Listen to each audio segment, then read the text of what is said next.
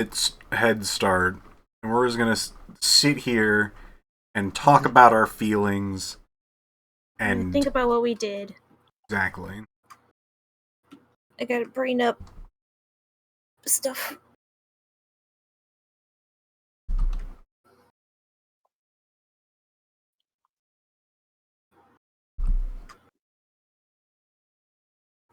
I should try to get like Twitch Turbo. I feel like it would be nice. Turbo? Turbo, yeah. Yeah, Twitch Turbo. Or night. Yeah, it's Discord Turbo? Disco is Nitro. I keep mixing the two up in my brain because they're both like fast. We're built for speed.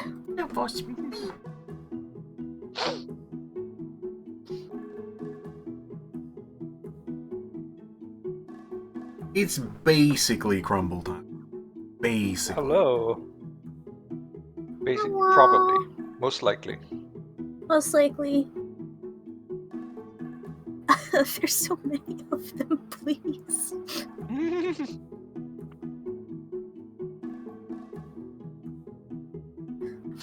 Just a little creature.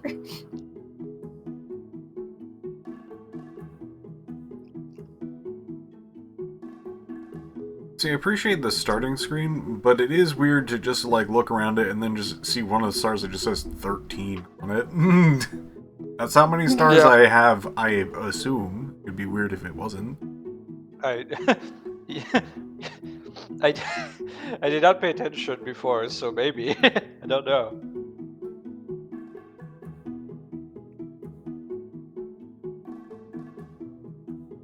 It's just 13. It never changes. Was always 13. It's just your number. Bryn, have you read the latest in UFO 50 things? Oh, no, I did not yet. Oh boy. I need to do that. I did not go on Blue Sky at all today.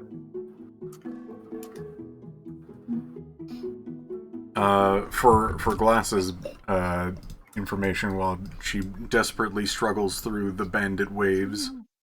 I just want to find this manor. Where is it?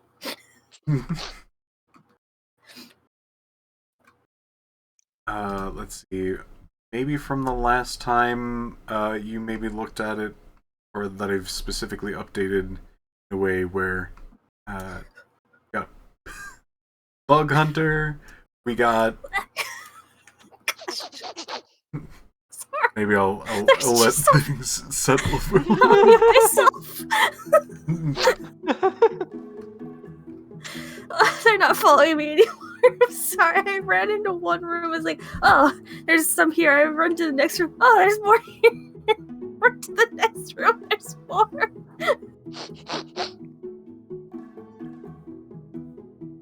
So we got Bug Hunter, which I don't think you're really around for that for the most part for UFO 50. We got Cyber Owls Glass. Cyber Owls? Cyber Owls. Pilot Quest and Waldorf's Journey. Huh. Was the last three that I put down. Oh no. And Quibble Race. Oh. I'll check that out after stream. Most definitely then.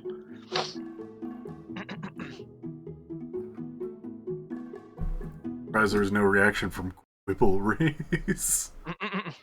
I was trying to remember which one that was while also doing stuff in the game. I thought you were gonna say I was trying not to die. I mean, I'm okay at the moment. Nothing yet.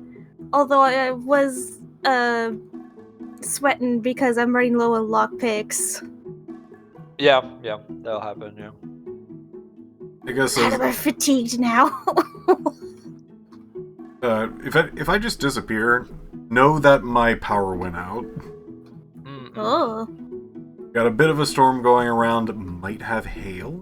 There is already lightning, so. Hot damn. My goodness. perfect ambiance for Crumble. True. Oh man, Look at this. Look at his face. Look at his face on the planet right there in the menu screen. That's a destroyer of worlds right there.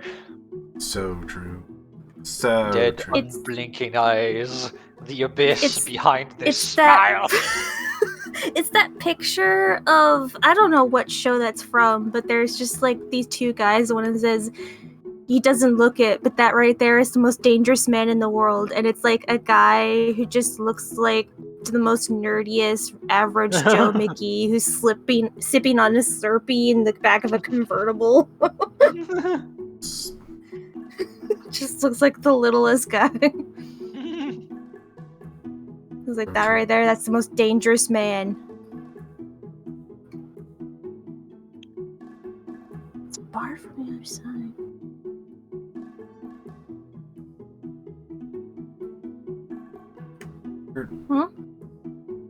Figure out if that rumble is far or a preamble to a big. Mm. I feel like that was a far. Mystic TH says, hope you all are well. I'm doing pretty good. I've been having a good day.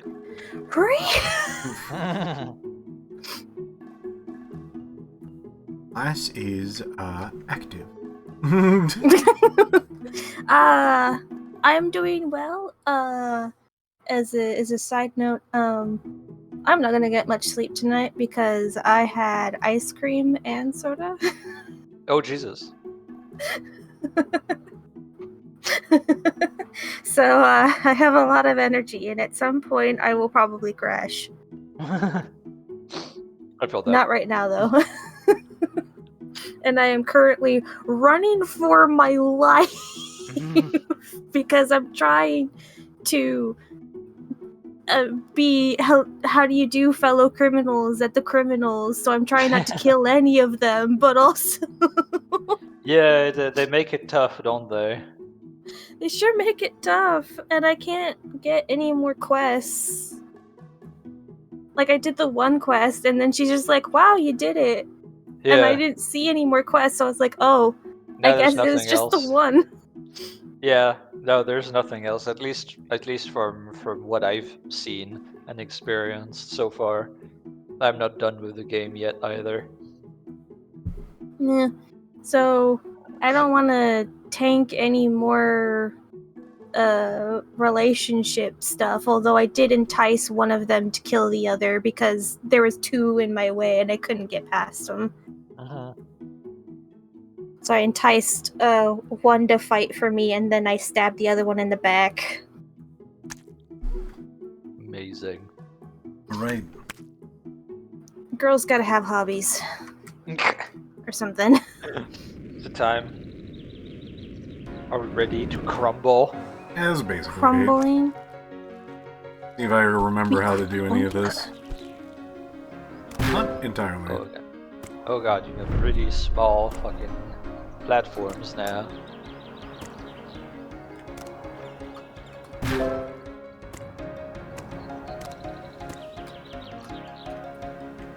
Oh! Uh-oh.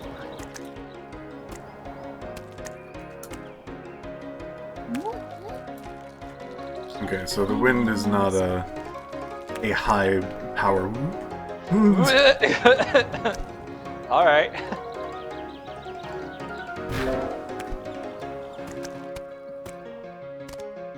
Like the.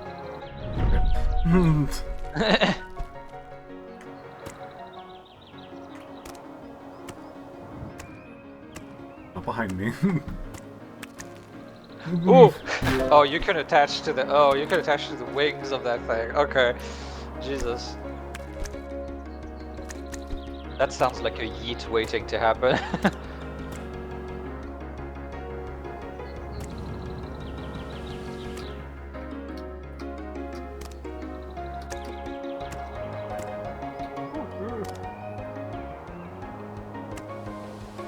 Okay, I didn't touch anything else. Cool. There. Feels like a thing I can get to. It does, doesn't it? Doesn't seem to touch anything. Alright. Moving on. Moving on. Guess you would have to like really like get momentum to get to it anyway.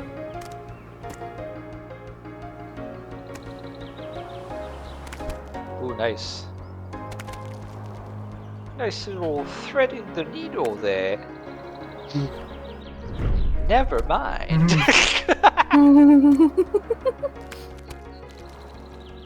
I just didn't know what else was in front of me. I was like, maybe I'll skip forward one. They're like, no. Oh god. This is all. Only I could see. Checking for hidden. Okay. Oh well, the murderers are back. Dang.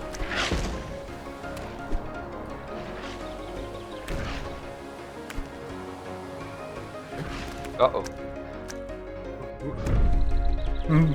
Oh, I see you. Oh, I see you.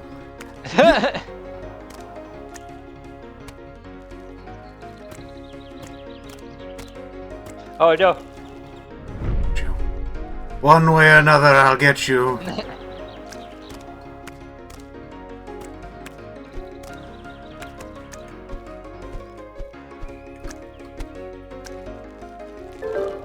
Good.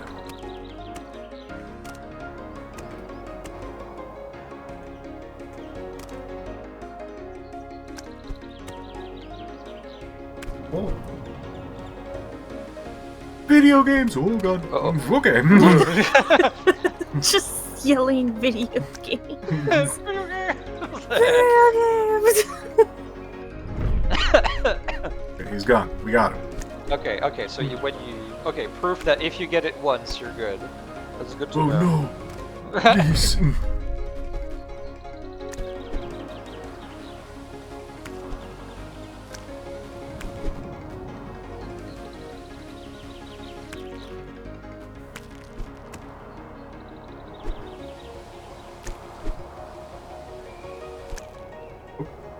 That was a lot more hop than I thought I would get.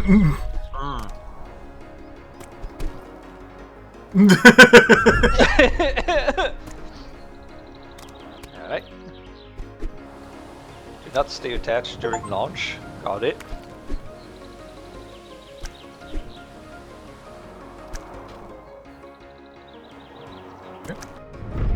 Okay.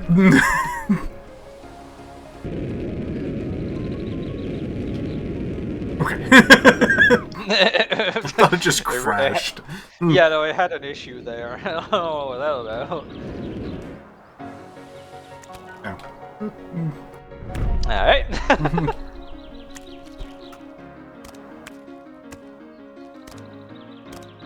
Forward, please. No, just stop attaching backwards, please.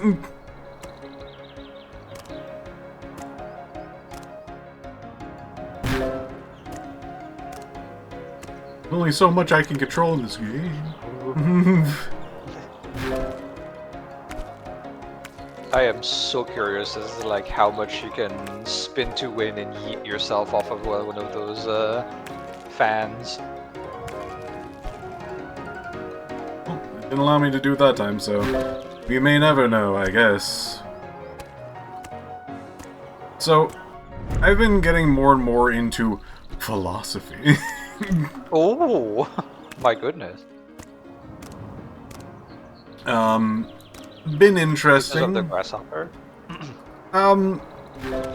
If you wanted to have a starting point, I think it'd be more UFO 50's fault than anything else. That makes sense.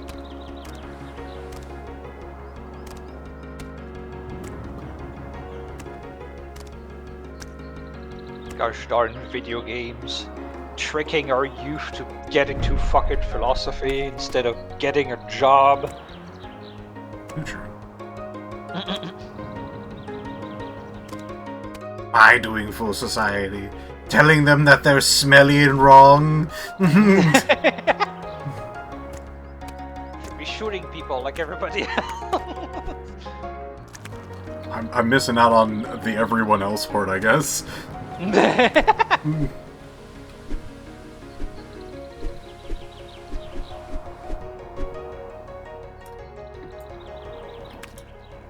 Footfather, I remember when philosophy was a job. But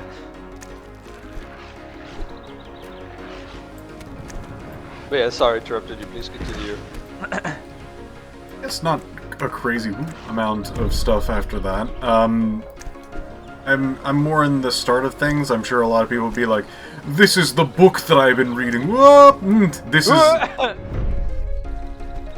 is the philosopher that I think is my spirit animal." God, it is how it is, though. Like, this is not a wrong analysis of how that fucking goes, though. I think this one's my Blorbo. Everything he says is right, and if you disagree with me, I will fucking slay you. Savage. Metaphorically, because I'm a philosopher.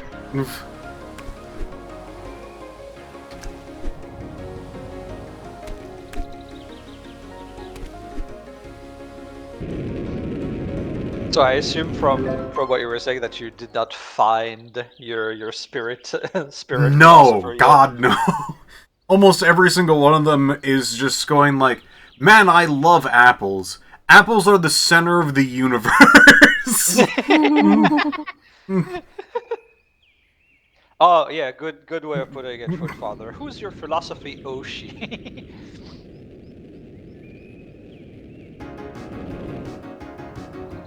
I was gonna say who's your favorite philosopher VTuber, but now I'm curious and I wonder if there is one.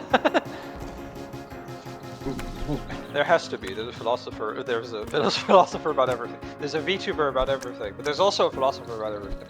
It's match made in heaven. No. It has to be one. Oh. What is that? I think it's a skin. If I can... Oh. No, come back! Well, that's actually a really good placement. Streamer Clerky. My philosopher could beat up your philosopher. Was it a skin? True. Yeah, it's a skin. Ooh. Ooh. Too late, I assume. Goodness. Let's try this again.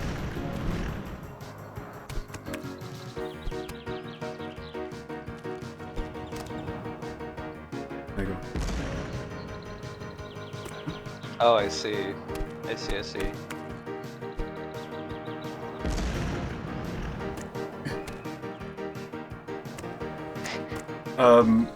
Renee Descartes is a very fun one to be like, "This is my Blorbo." Oh god. Even though, like, he's very just like, nothing matters but that I exist, and you're like, alright. Yeah. Interesting Like just... thought biz, but I think there's a lot more to life than trying to figure out if there's life or an I in life. Mm-hmm. Maybe I need to actually read more of their, like...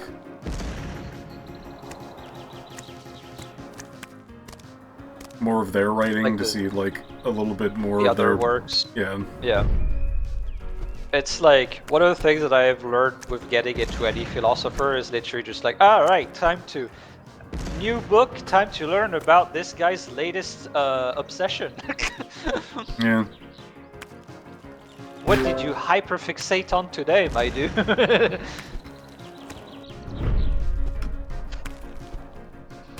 If it's like, is it? Hold on, I'll type it in stream. Is it Descartes like this? Like how they're spelled? This? I have no idea. Oh, I see. It's the think therefore I am guide. Oh yeah, okay, yeah. So it should be him. Yeah. Okay. Just making sure that this is who I think it is. I think I only like him the most right now because of an internet meme. That's funny. There's Philosophers would be crying if they heard that. it was just two high people going like, "Man, are we real? I don't know. I think I am, and then just Rene Descartes coming in was like, actually, that's a pretty solid proof. Rene Descartes! That's fucking funny. One of the very funny things that I listened to, because like Descartes was part of a thing I was listening to recently, is that one of the big things that he also says during that is very funny is like, okay, so, because he kind of starts from like, let's just assume that everything's an illusion, right? That there's some sort of devil that's trying to trick you. Yeah. And it's funny because even before he goes into the deconstruction, I don't even know, like the trying to go into tearing apart everything until we get the very thing that might prove that we exist. You're like, so obviously God exists. That's just the truth. But here's the thing, and I always thought that was very funny, and I just like kind of like laugh at him for that for a while. But then later on, I realized that when he wrote that book, the Inquisition was in full swing. So I cannot help but wonder sometimes. I'm just like, I'm about to make the biggest mistake of my fucking life. I need to like negate some of the damage or I'm gonna die. Because like even with that, his book was like branded heretical and shit, so... Trying to go, I'm cool, guys. I'm cool, guys. See, I said it. God is real. I'm saying it. I'm just saying it. Don't worry about the fact that I never reference it ever again in my book.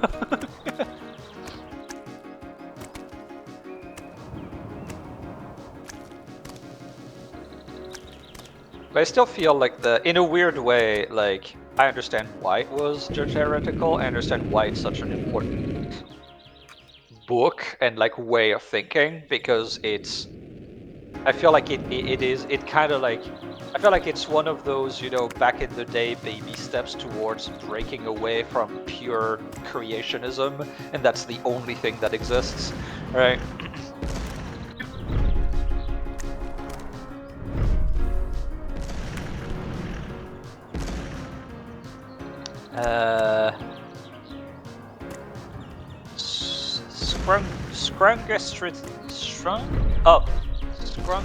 Scrung Strikes Back. Jesus.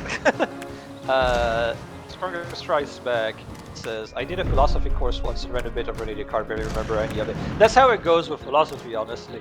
I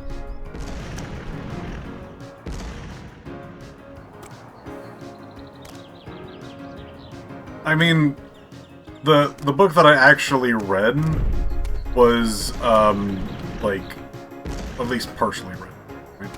Is The Grasshopper.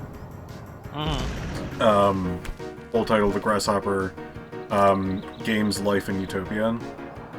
Yeah. It is an interesting deconstruction and reconstruction of the concept of game and what it means to society.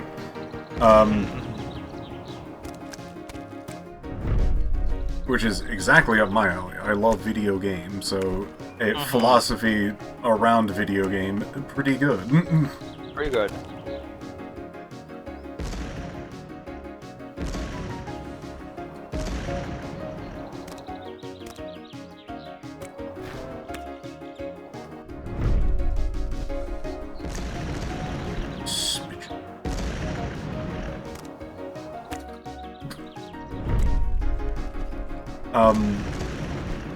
And I've seen at least one person reference it and go, that's cool that they referenced that book. And the only thing that they really took out of it was, like, the one small bare bones part about it, which is basically just the concept of defining what their philosophy even is.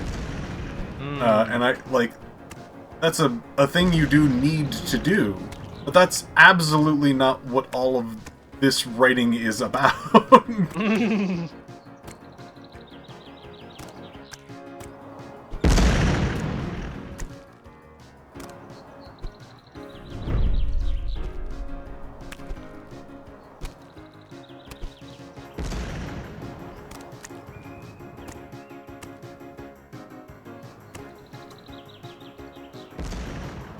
The writing is talking about a basically a person dedicating their life and subsequent death to the concept of games, and to specifically live the philosophy that they want to practice, which is weird because it is not one that is sustainable in the current moment, but one that they're going for anyway. And they acknowledge this, but continue to do so to their death. I see. Gotcha. So that's why it's called the grasshopper, because it's taking that sort of like tail, but then giving the grasshopper a deeper reason for doing what it does. I assume. I've not read the book, but I'm interested. Basically, there's a lot more to it. Mainly because like.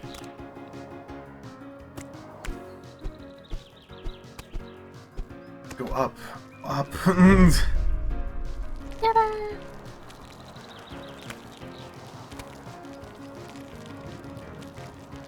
The conceit of a lot of this is that, like,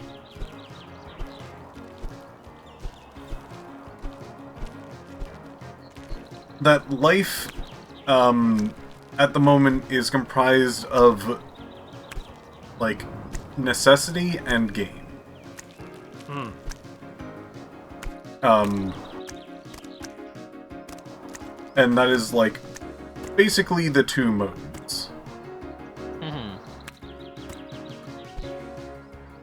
And when necessity stops being a thing, game is the only thing that remains. And Right. they put a pretty, like, interesting definition on game. Which, like, I will have to think about it a bit more, but it is pretty compelling for what they have. Games is basically restrictions that you put on yourself. Self-sustained restrictions.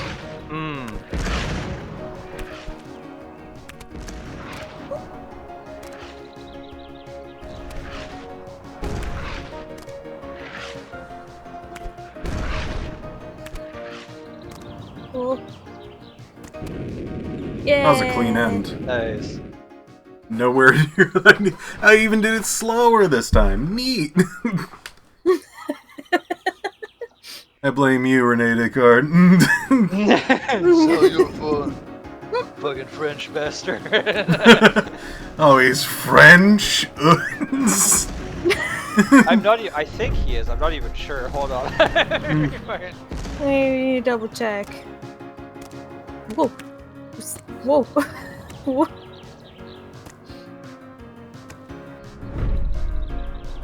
Yes, he was a French mathematician. Oh, maybe that's what I like. Philosopher and mathematician? I mean the bag, dude. Those tend to happen more often than we think.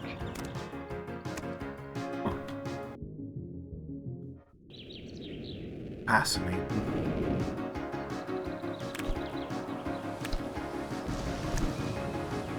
Oh, Ooh, speedy. Whoa.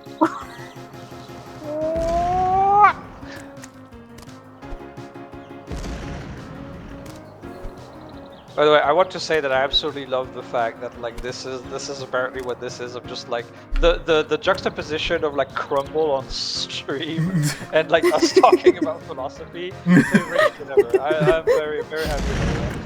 Well, not a single brain cell is going in that tiny blob of brain. What do you mean? This is the heat death of the universe right there.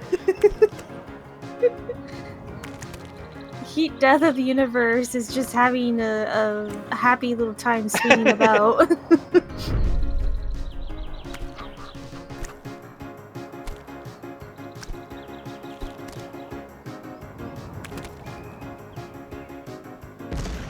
That's a good one. So I would assume that like a big part of like the early part of the book is basically like defining what games Oh, it's or even always just defining. play. It's most of the Gotcha. book. Most of the book. Okay. Defining what play is essentially. Yeah.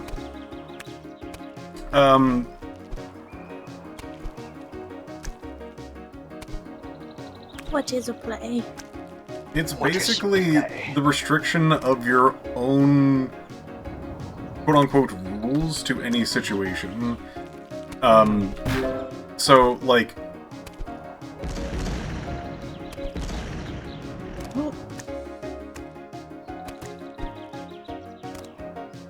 Uh-oh, that feels like a domino effect.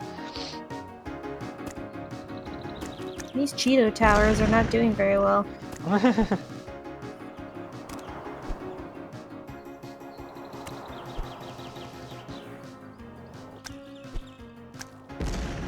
Here we go. Here we go. Here we go.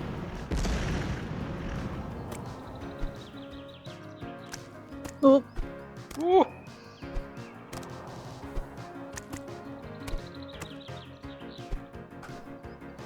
It pushed me.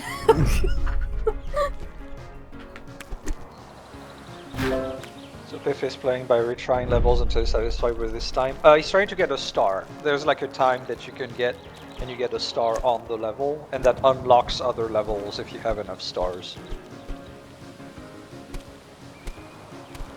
Like Mario rules.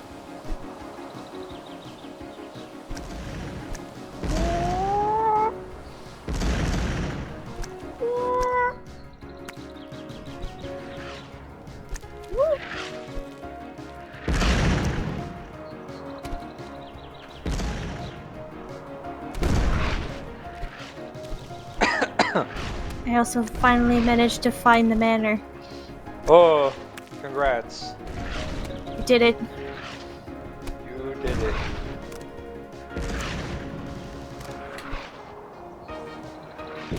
Oh, that was really good. Very nice, yeah. Oh, yeah. Top 1000, hell yeah. Very nice. Aw, yeah. Scrung strikes back, asks, what do they define necessity as? Necessity, is, I guess anything that you would define as necessity. Food. Yeah, food, shelter, thing like Water. that. Shelter. Gotcha. So I remember in philosophy class getting the whole like, what is the definition of the word? Like, what does necessity mean as a word? And like getting essentially like I was like, well, it's the stuff that we have to do, and like the professor would be like, no, wrong. What was it? The definition, according to him, the philosophical definition of the word necessity is something that cannot not be. So it's even beyond what we have to do. It's just that its existence is immutable. It cannot not be. That's what necessity is, which is interesting because that means that a lot of the stuff that you would consider as necessity isn't, technically speaking. But it becomes it if you add other conditions to it. Like, for example, food in itself is not a necessity, but it's a necessity if you want to live. Yeah.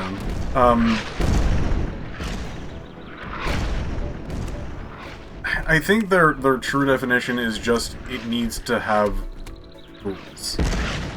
Yeah. Makes sense. For something to be a game, it needs to have rules. If there are no rules, then it is not a game.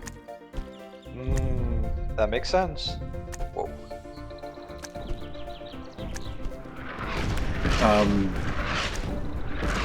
And it seems like I was just gonna say, I've played games as children where we just make up totally this was actually a rule on the spot. Yeah. Yeah. Then you realize that, like, wait, this won't be fun if we don't, like, rate yeah. this in, like, a little bit.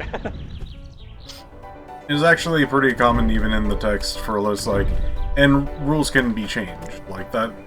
Yeah.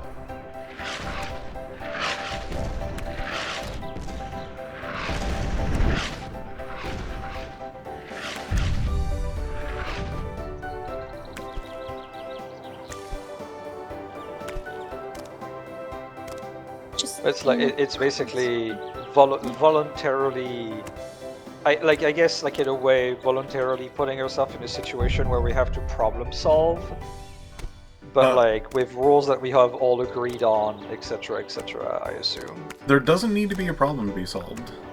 Hmm. Surprisingly, it is just through rules that games are created. Interesting.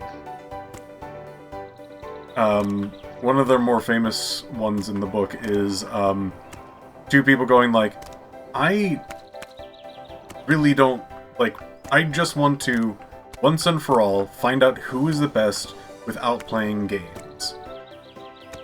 Okay. And they go, alright, so what should we do? And they're like, no, that would be a game. And they're like, what do you mean? If we decided for, like, who is the best, like, blank, that would be a construction of rules. That would be a... We want to make sure that this has no rules, so it cannot be a game. They're like, okay. But how do we do no rules? They're like, it's simple. We just try to kill each other. We're like, okay. Yeah, that's kind of where I thought it would be going. Yeah, because I was like, wait, hold on. If there are no rules and we have to decide who's the best, easy. I just kill you, right? Like that's the. And they're like, Wouldn't that be making a condition though that is like only the best is like the one who is able to kill through violence? Now, it's not really saying, like, kind of, but their general thing is just, like, we both agree that there are no rules because literally anything can happen, and there's, like, no, like, oh, it's your turn, or any of that stuff. Like, we just try to kill each other. And, they're like, great. Tomorrow, we'll kill each other. And they both go, okay, and, like, they go off on their own biz. And then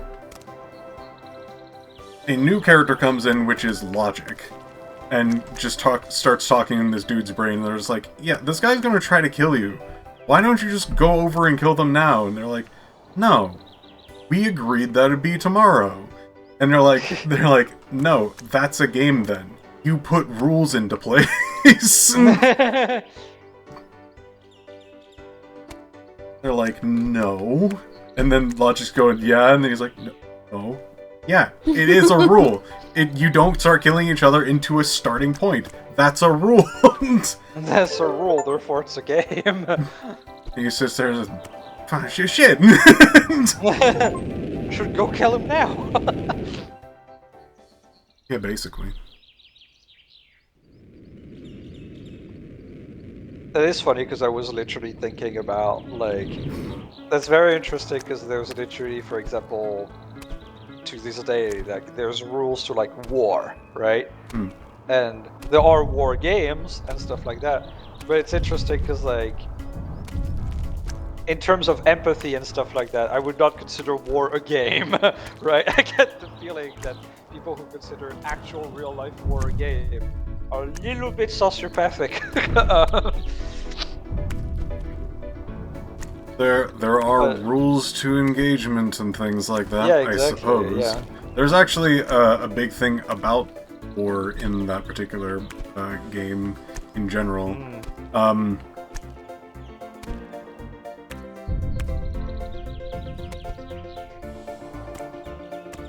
Isn't no rules a rule?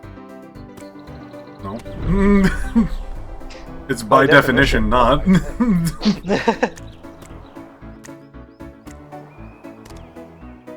If it was enforced that neither of them could follow any rules whatsoever, then yes, it would be a rule. But it's not even that. It's literally, if one of them decides that there are rules and decides to obey them, he can.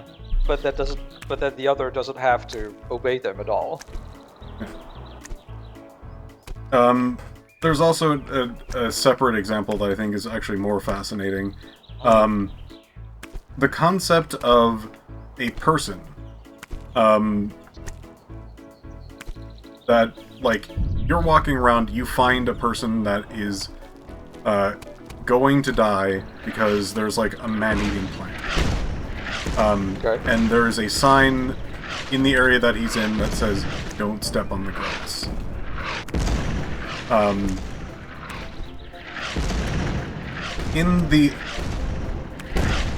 In that situation, most likely not, you're going to step on the grass to save this person from imminent death. The sign is a rule that you can ignore. Mm-hmm. Therefore, most likely not, it is not a game. But, let's just say you have a gun, and there is a murderer that's also there, that's going to kill this other guy. The plant that's going to kill him is gone. It is now a murderer, just Mr. Murderer. He's about to murder this guy. And you can stop this murder in multiple different ways, which is apparently your goal. But you might then go to the situation where you do not want to kill Mr. Murderer. You want to get through this situation without killing. You have just made a rule for yourself, and thus has now started a game. That's funny.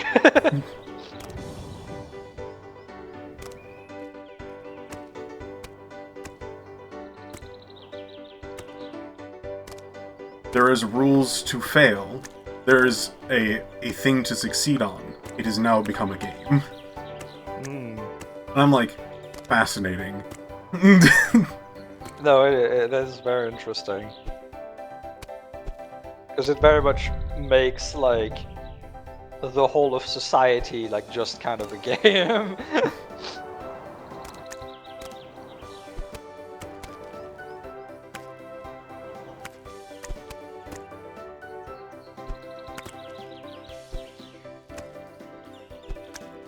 Your Honor, we're all trapped in a big game. We're just playing a game, Your Honor. Would this imply that whatever kind of, like, morality you have set for yourself, that it is all a game? Basically, yes.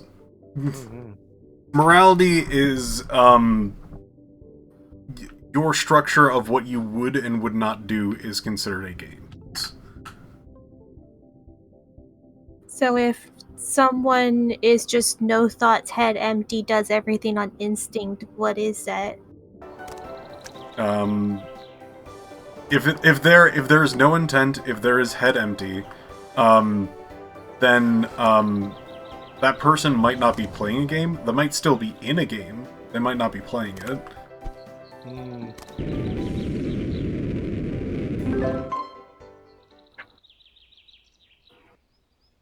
You can still lose a game that you're not aware of, but you are not playing a game.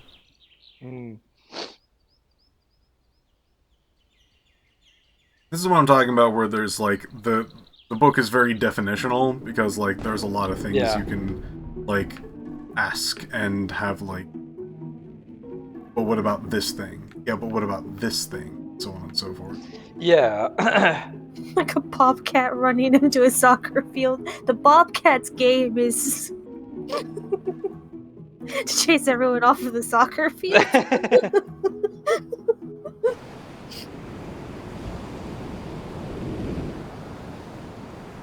Oh, what is that?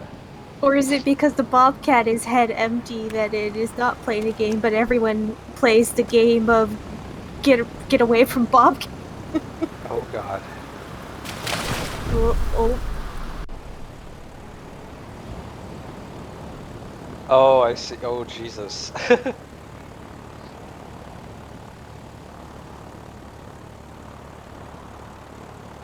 Can't believe you're playing How to Train Your Dragon. I can. Oh. Weird. This is very strange. Oh god.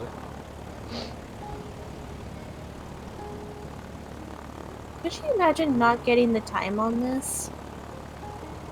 Might not be a time-based one.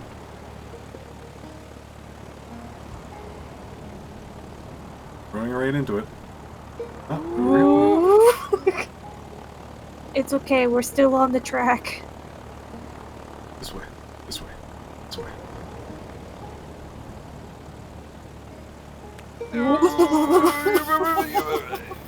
Oh. Yep, nope. Fun.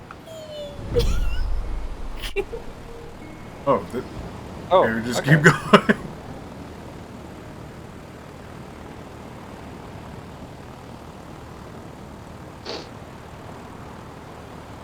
More.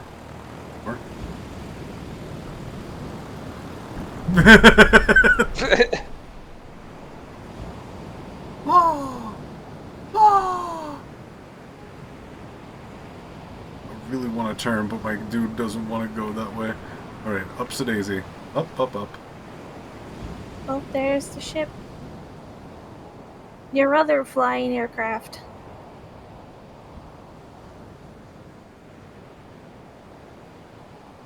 I keep thinking you look like a little Zumbini. It is a good thing.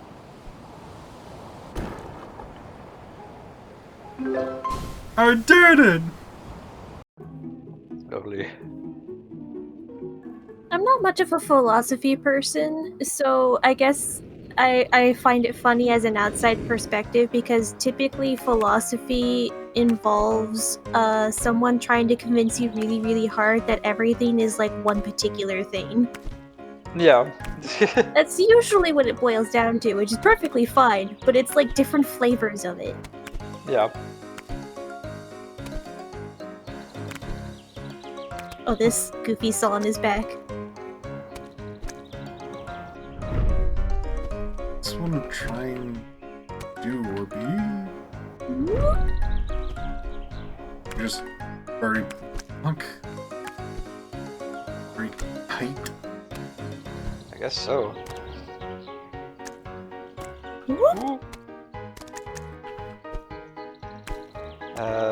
Philosophy talk so interesting. If you should at all agree with the person's train of thought, it's intriguing to see how they get there. In a weird way, the way that I've personally always engaged. Oh god, what is this? Uh-oh. Oh. Oh, I see. What? Mario? Can you still jump? Oh. Oh. Oh. I see.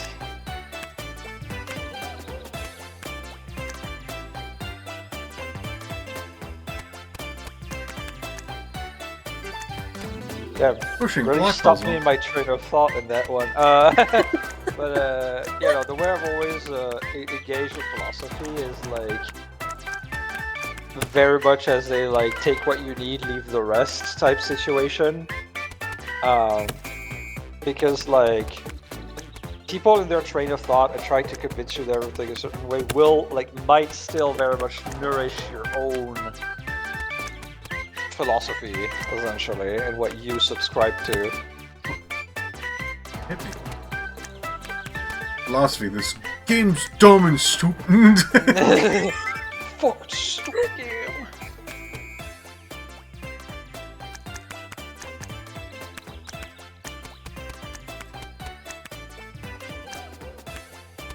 Oh, you still, like, kind of leave a trail.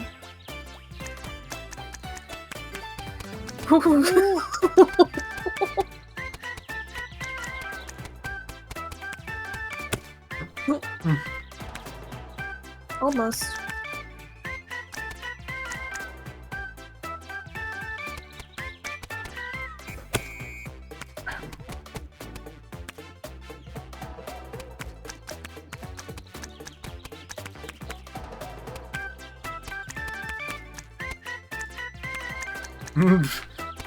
That was weird timing.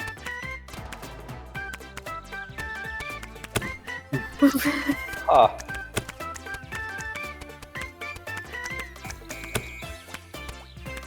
That's so weird.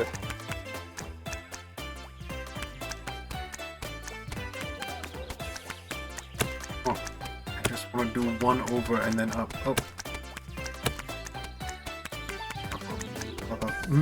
Oh, that's a thing.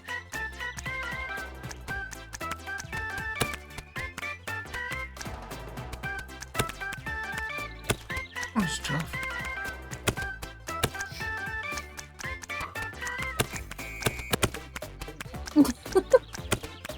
Just ram yourself in there, don't worry.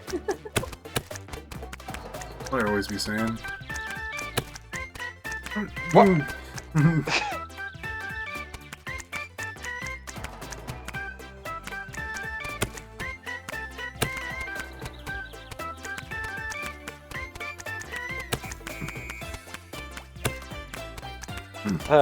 Let's see.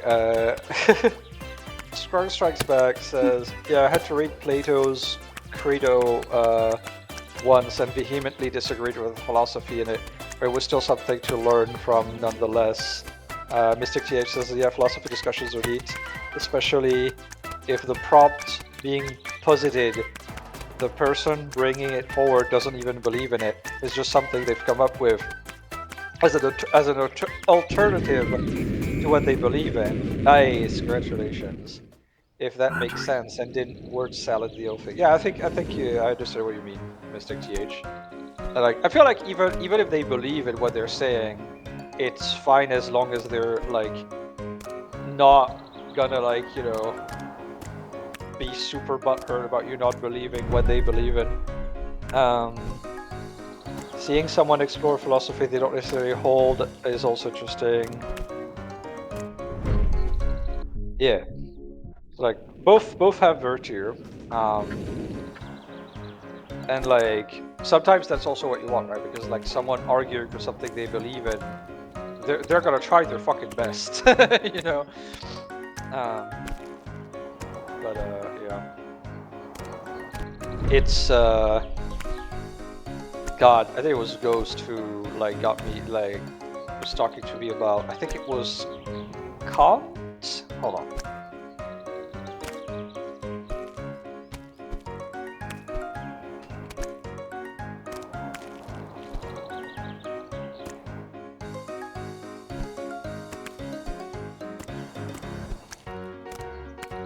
Right, on Kant, because Kant is like the most annoying fucking philosopher ever. Because Kant on his morality essentially will be like, you should like in his terms, like what your morality or your life philosophy should be is never like, if you consider yourself to be allowed something without exception at any moment, or more specifically, if you allow yourself to do something, then you must accept that other people will do that at any moment without exception. Essentially, that's the only things you should allow yourself to do. And like his favorite example was like lying, essentially. Or like you should only lie if you accept that anyone could do it at any point, forever, with no exceptions or rules. It's very annoying because like one will try to find exceptions to that. That's what a lot of people did, of like, you know, because the, you know, nuances of relationships, etc., etc. And some people even like tried to like get him with like, well, what if your, you know, what if your friend is hiding in your home and there's a guy with an axe at the door and he's asking you where your friend is? for example. Right. And that's how they tried to get him. And I don't remember exactly how he responded, but I think it was along the lines of like, well, lying does not bring anything to like better the situation, because by the time, you know, maybe your friend is already gone away, maybe this person doesn't want to kill your friend, maybe, you know, there's plenty of other ways to do it. A lot of Lying is maybes. not. It's a lot of maybes, but that's the problem with hypotheticals, right? Like that's the biggest problem in philosophy in those debates, because if you go into hypotheticals, specifics are always the trick, right? Because you will always find something to kind of like fucking mind games your way into being technically right. And that's what Kant specialized in, is mind gamesing his way to be technically right.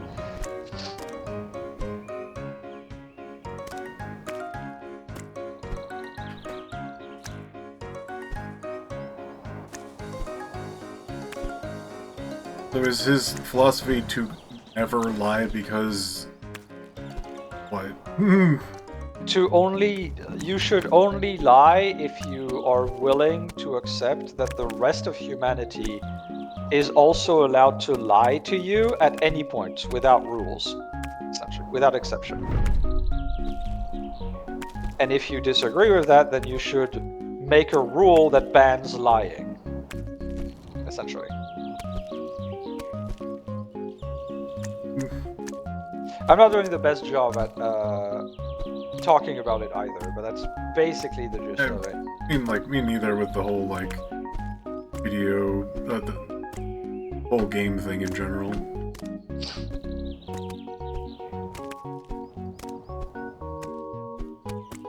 I think the game thing is like extra interesting though, because that's like the philosophy of like what makes up a game. Mm-hmm. I wonder if he would still have similar opinions to things when seeing how we make video games now.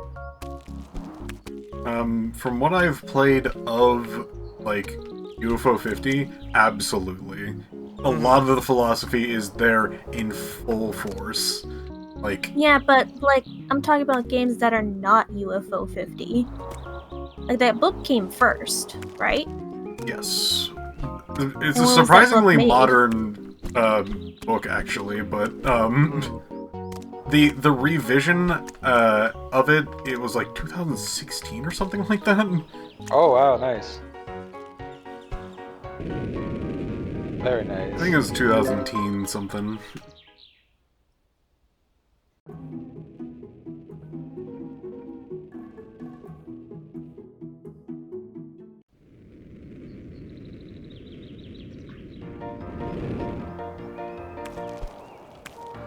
Woo, woo. Oh, is this calamari? That can't be. You do look like you're getting bigger though. Oh yeah, you are. it is Oh yeah, it's calamari. calamari.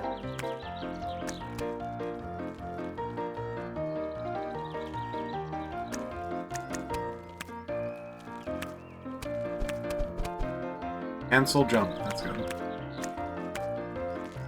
Oh.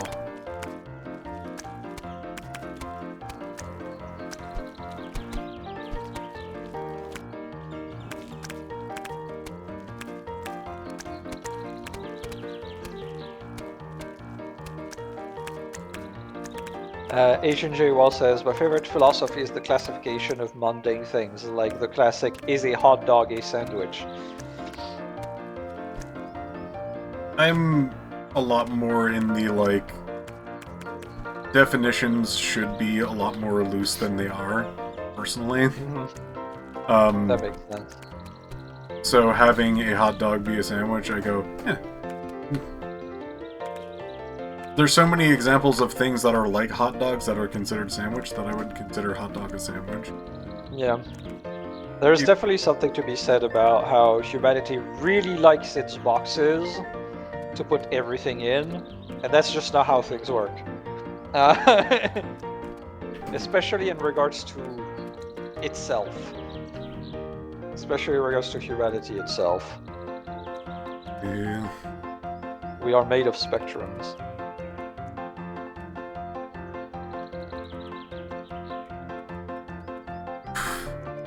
Oh.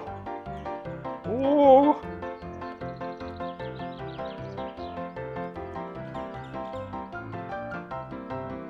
Goodness. I not expect that many mini games in there in this game. Barely fits in its own spaceship. On. Just named roller.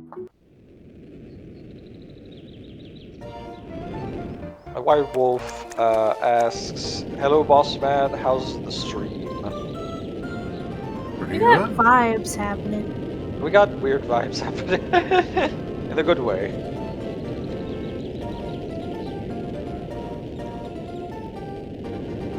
I guess it's just a roller coaster. Oh!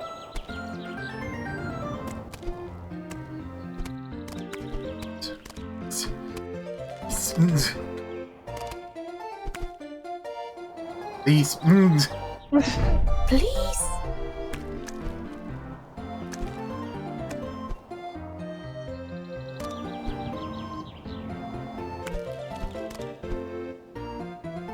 I'm gonna actually have to read. Does anybody know like a good like text-to-speech thing? Text-to-speech thing. Oh, like a software? Yeah. Like, Never looked I can into that. find one, but I want one that's good and not riddled with viruses. Oof, yeah.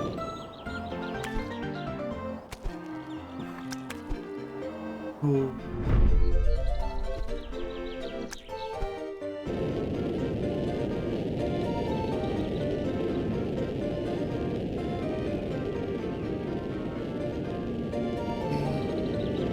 Yay!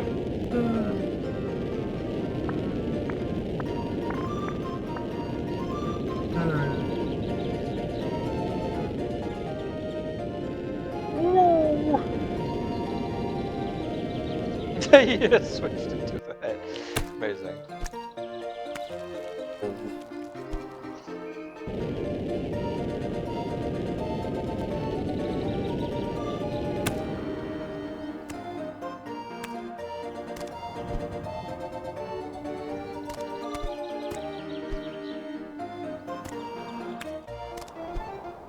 God, speaking of text-to-speech, or specifically the opposite on this one, you probably don't remember, Piph, but you remember when I was like a regular in your streams, and like my text and chat was all weird and wonky because I had to use a speech-to-text thing to be able to chat. Vaguely. That But I was mean, there's a lot of fucking error people. for me. A lot of people have similar problems. Yeah. Because, like, not only is there, like, text-to-speech, but there's also just text in general and phone corrections and all that other garbage. Oh, what? Uh-oh.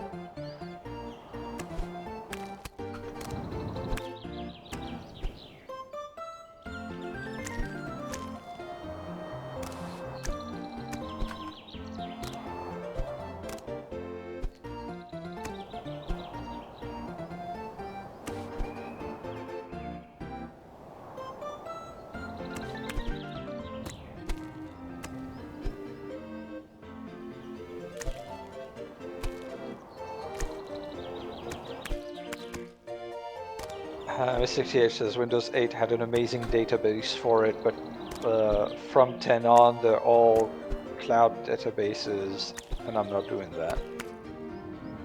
I see.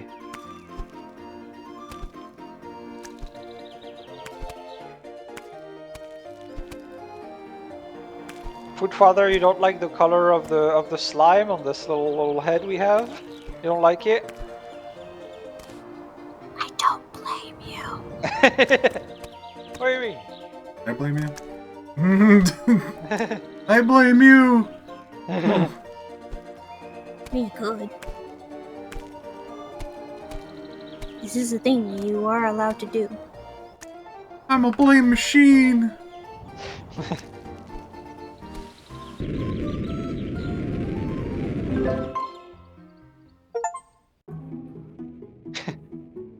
Father says, looks a little too biological.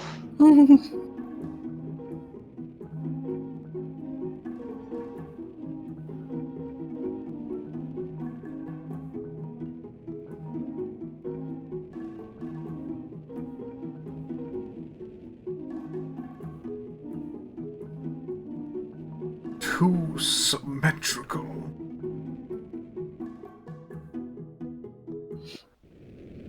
Turn to the audience. Huh? Huh? Eh? Bioshock? One specifically?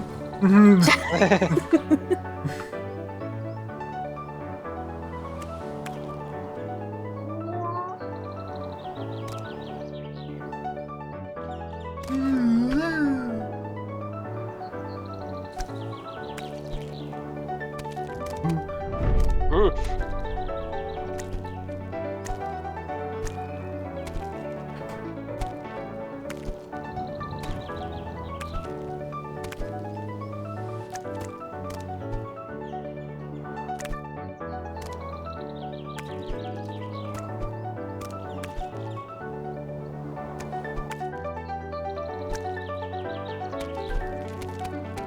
Oop. Oop. Oh. Go on this one.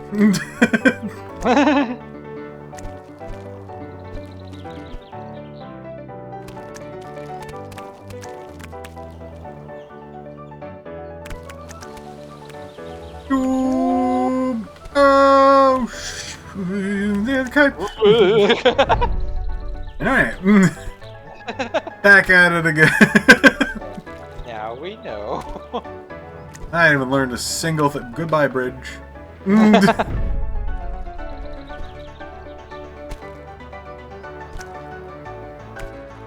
Mr. TH says, kind of had to give up a writing degree because of it though. Like I can write little bits and pieces here and there sometimes, but it's extremely inconsistent without that tool. Damn. There has to be a third party something on the internet. I guess everything is fucking cloud-based now. Whoa. Whoa. Oh, that bridge is unhappy. Become joyful, bridge. It is your time. It is your moment.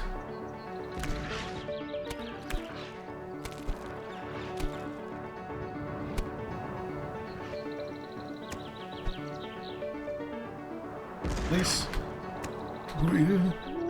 Save. Release. Add release. Release. Release. Release. Oh god. Where the fuck are you going? Okay. Fuck these things.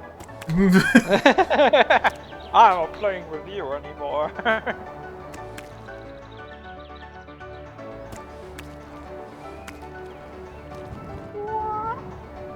Okay. Oh no. That again. Sacred Selkie says, only advice I can think of is ask your local library. They might know where to get safe TTS stuff. Never follow that. Guess I'm gonna have to go up to my local library and be like, "You got TT stuff?" You got the You got the stuff. stuff. You got Just the gonna clicks. scratch my arm a bit while I scan. My arm's You got really the aching. you got the TTS shit. Oh, it's survive again. Oh no. Uh-oh. At least it looks bigger than the other one. Oh, it's pretty Said very calmly. Oh. Oh. Oh. Oh. It appears the platform I'm standing on is falling apart.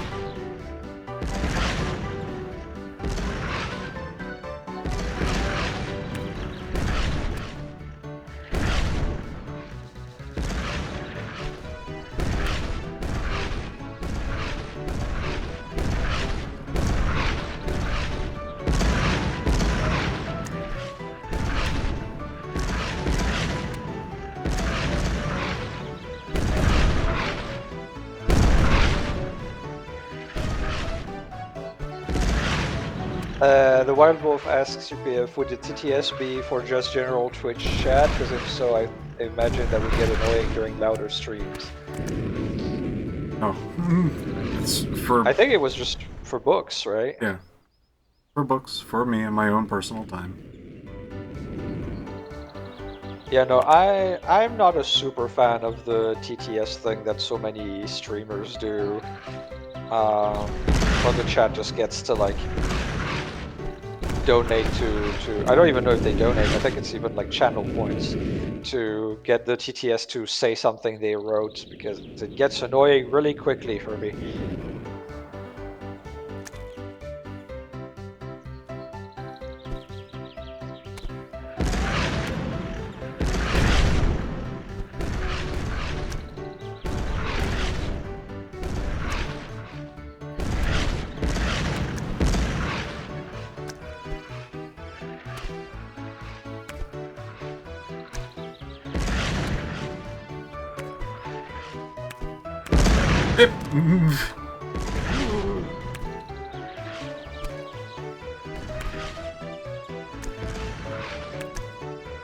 What are they sending you? It's not a boulder. It looks almost like a diamond. Yeah, when these balls hit, they like shatter. Okay.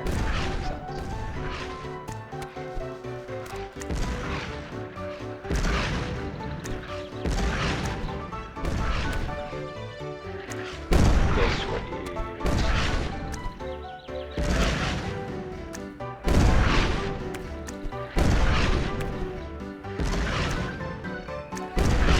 Doing tiny little hoppies. Because sometimes they aim just over the platform if I do this.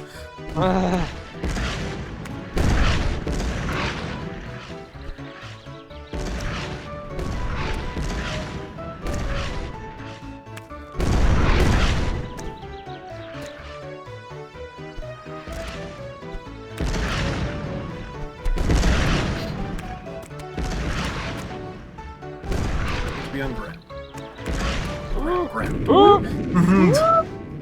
Man, they really didn't like me doing any of that stuff. I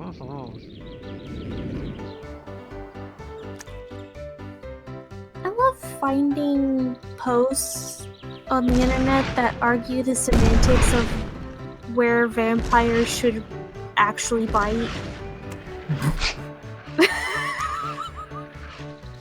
The teeth, of course.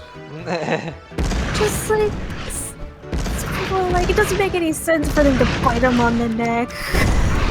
The jugular, it's... Yeah. What, please regale us with the counter examples of what's the best place to play. The groin, of course. Let's see. In the bedroom. Let me find this, because this one is about like a person going like, I always assume that their saliva stops clotting from happening. That's how they're able to get so much blood off from like the neck, unless they like went for like the large vein in the neck. Typically you would be able to get a lot of blood, and there was like semantics about that, but we're not talking about that. Okay. You wanted someone is like, if you need easy blood access, you'd go for the arms, but if you're going for the kill, you can go for the inner thigh, as that's where the main arteries are. It's like, you really think that some vampire, you really want the imagery of a vampire going like, I'm going to kill you now, bites your inner thigh. Oh, so it's gonna be that kind of night, huh? A whole bunch of people that comment was like, oh, getting kinky. They're not taking notice. They're like inner thighs.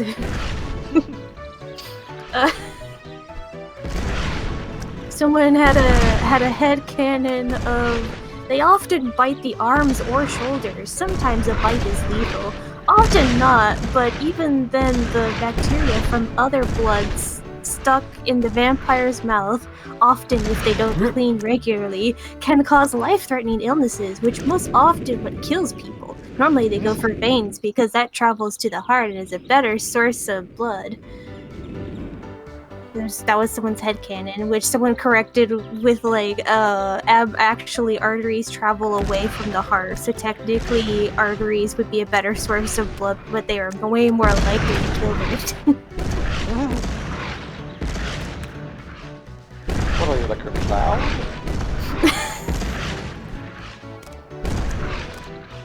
Someone else was just confused of like, don't vampires kill their victims though? Like what's the problem here?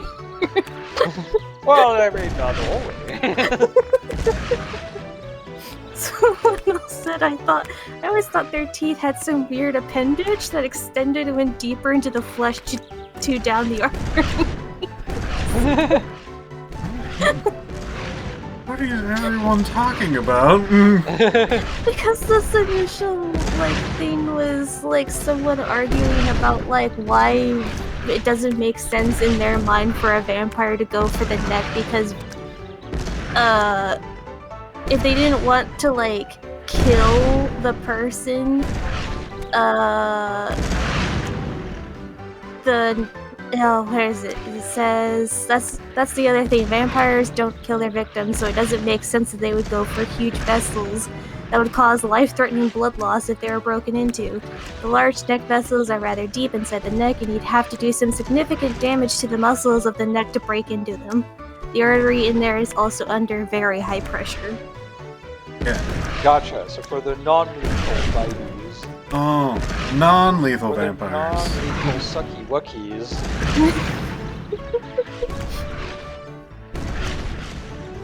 Really, the inner thigh is the way to go. Yeah, it really is. Yeah, the other person is just like, if you want easy blood access, you go for the arms, but if you really want to kill, go for the inner thigh.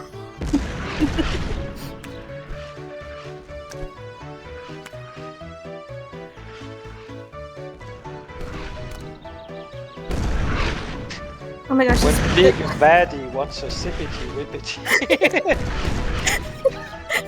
he'll go for the inner thigh. My guess is that it's a more complicated matter than just teeth going into artery.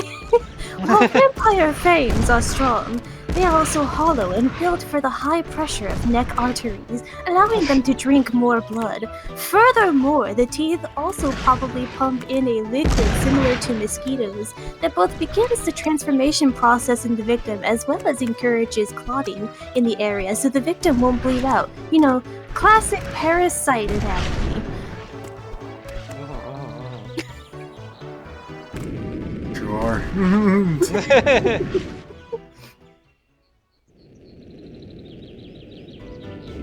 Bite the tongue and heals faster. This person is arguing about how the particular artery that is described is under less pressure than the person thinks. And someone was creeped out about it. Sorry, just on the just bite the tongue heals faster. My cursed ass person like, oh, believe you me, my tongue's gonna be busy somewhere else.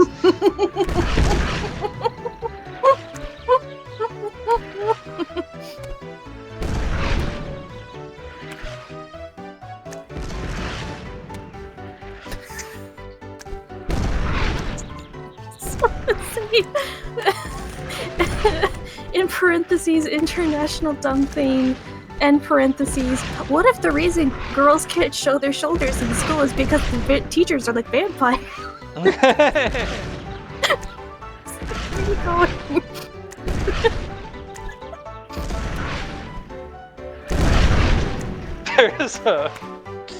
There's a oh god, I can't remember which Terry Pratchett book it is, but there's the vampire in one of the Terry Pratchett books that's like he's like the equivalent of like a Alcoholic Anonymous type vampire. He doesn't drink human blood anymore.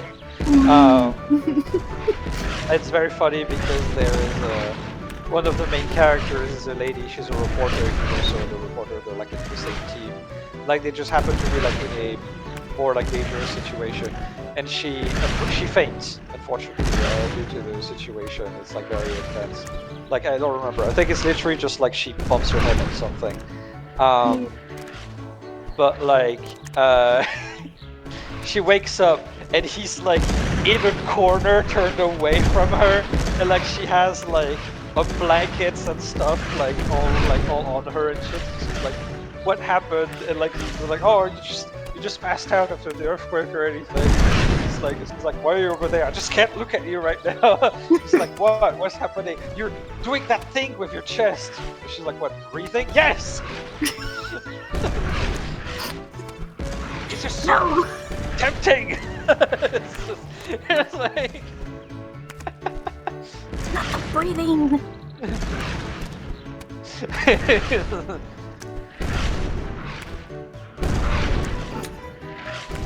Got the perfect emote for me.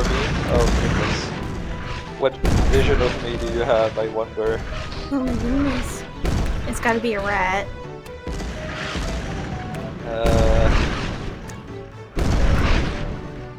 That's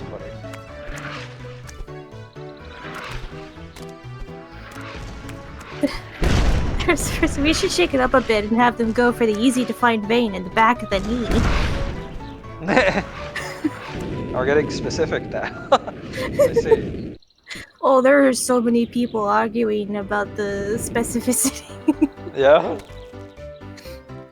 Just like from the basics of anatomy, the external jugular vein, that is one of the biggest veins in the body. It just seems like Yeah.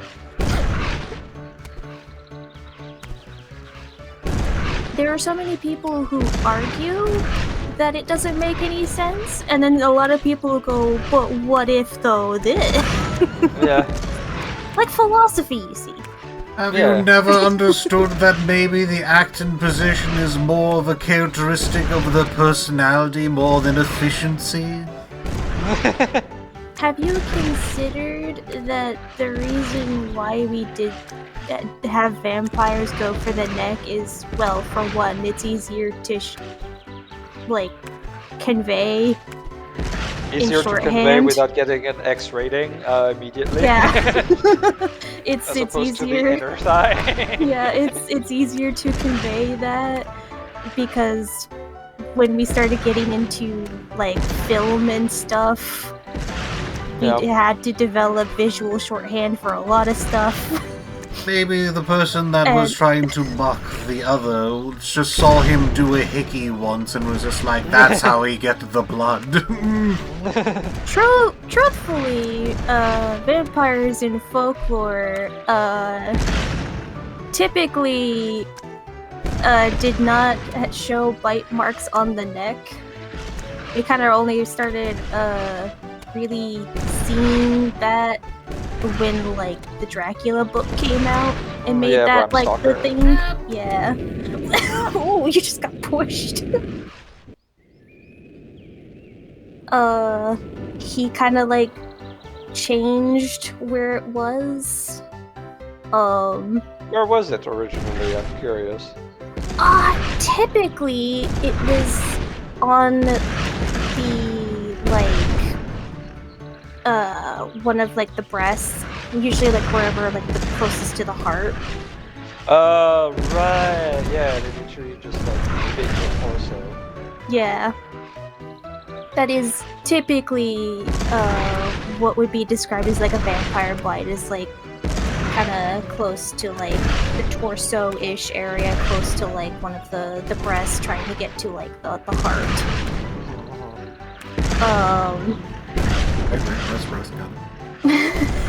I think there's in some other folklores it can change from like somewhere on like the torso. Sometimes it could be just like somewhere kind of like on the arm or shoulder kind of region.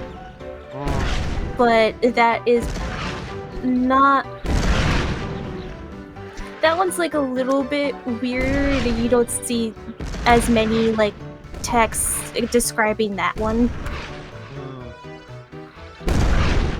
Most of the time, it's just like some teeth mark or something that they perceive as a teeth mark on like boobage area.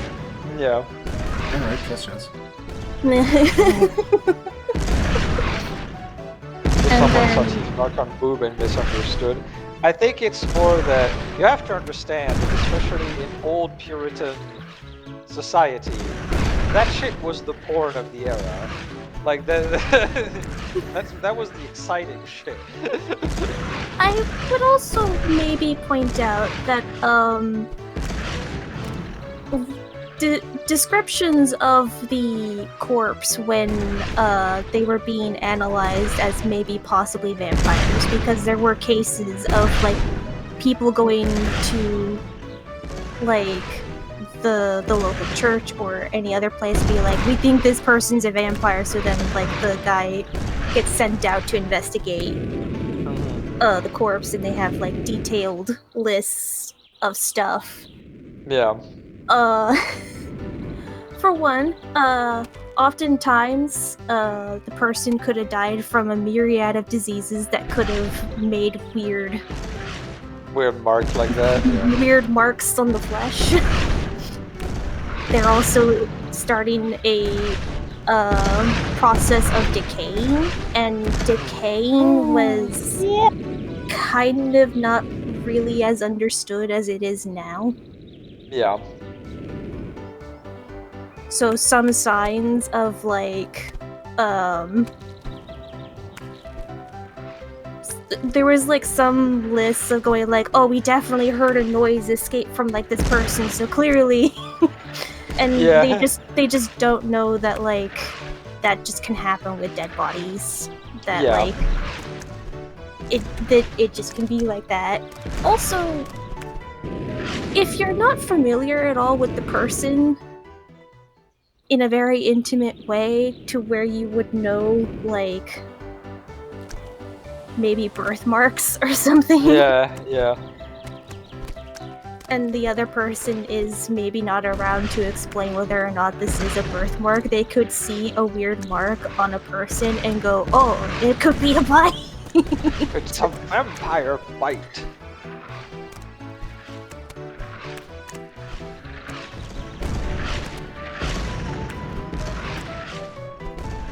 It can vary very much depending on like region, cultural beliefs, and just whatever maybe type of disease could have been happening in the area.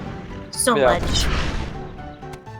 So much. I think one of my favorite beliefs on like ancient times on how they thought of like countering the vampire is reburying the person facing down, because the belief was that the vampire would then not know that it's not up and would just dig down and get lost and just like, you know, keep going. That is my favorite version of that. That's the first time I've heard of that. Oh, it's there's many. There are many ways, but this is one of my favorites. Oh, chicken. Checkmate, vampire! No, you don't know which way is up. It's like I just imagine I don't know, I guess they just think it's like a fucking drill, right? Like they just keep going.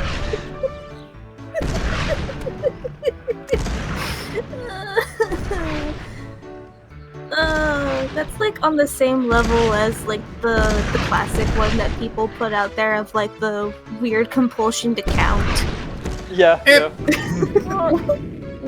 But sorry, but what if they just dug all the way out to the other side? That's not your problem now, is it? That's someone else's vampire problem. Fucking Australians can deal with that. I don't want it. Listen, if the vampire managed to dig their way all the way to the other side, that's not our deal anymore.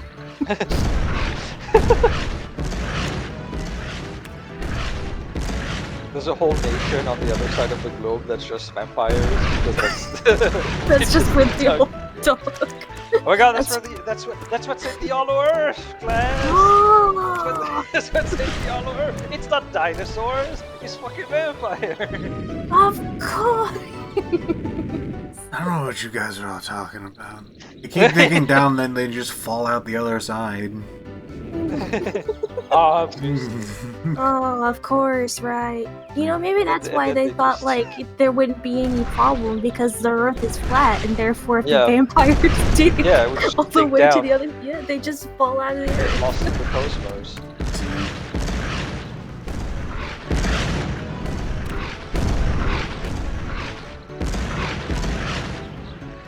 Of the ones where they leave a scythe above their head, so if they rise from the dead, they lose their head. Yeah, I remember that one. Yeah.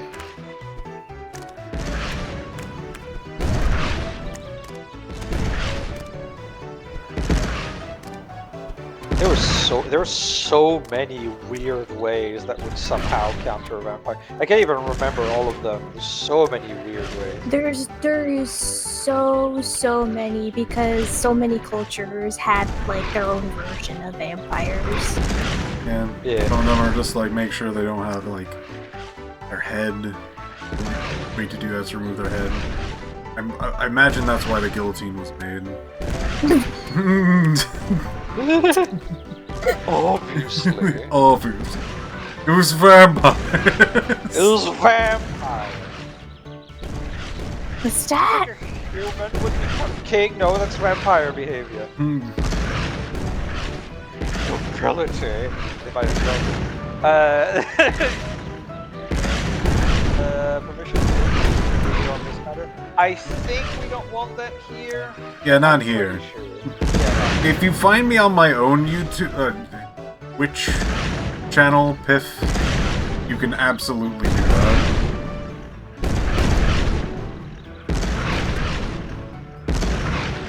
Absolutely.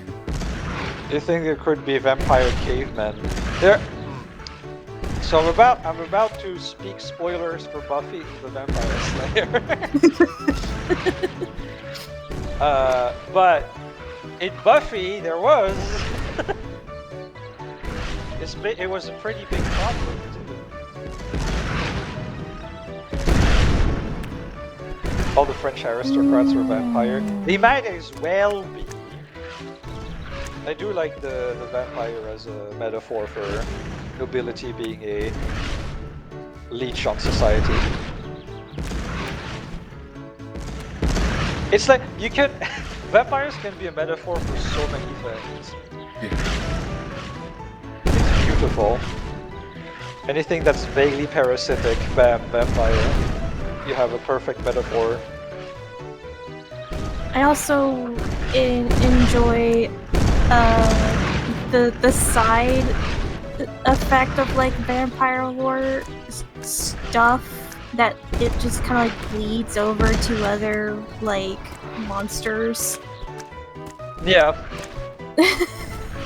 Because just for the longest time, again, so many cultures had like their own kind of version of a vampire. There was a lot of like ones about like the undead coming back.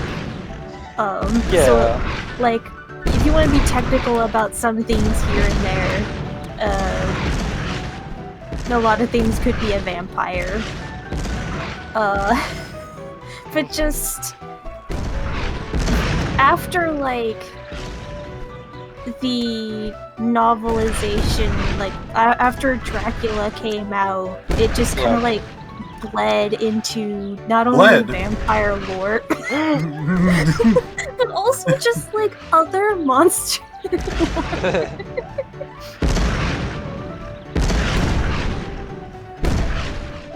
Like silver being a thing. Yeah. That definitely gets before like modern day. Yeah, it's interesting. Like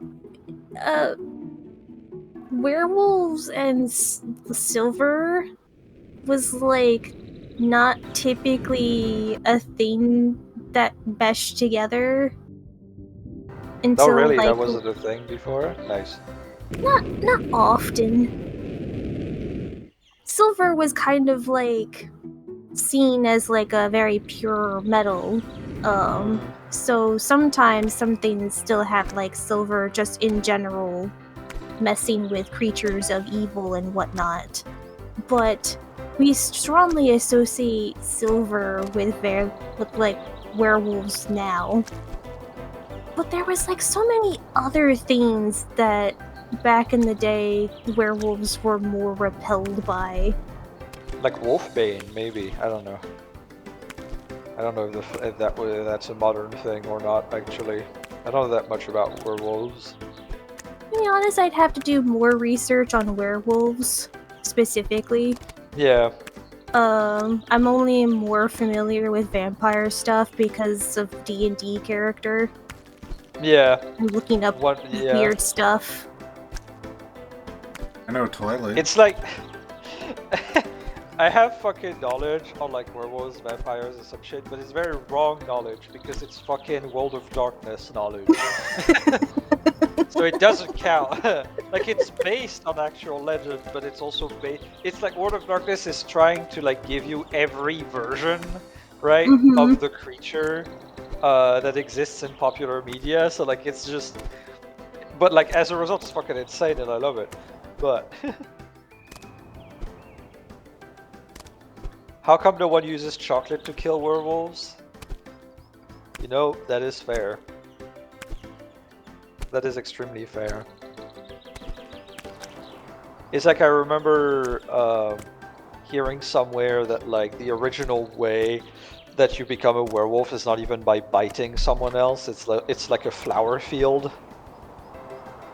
It's like a specific flower. If you're in that flower field at night when the moon is full, you will just like be cursed, essentially. That's cool. But I don't know if that's true. I like that one. Like the thing is, I heard that for a while, right?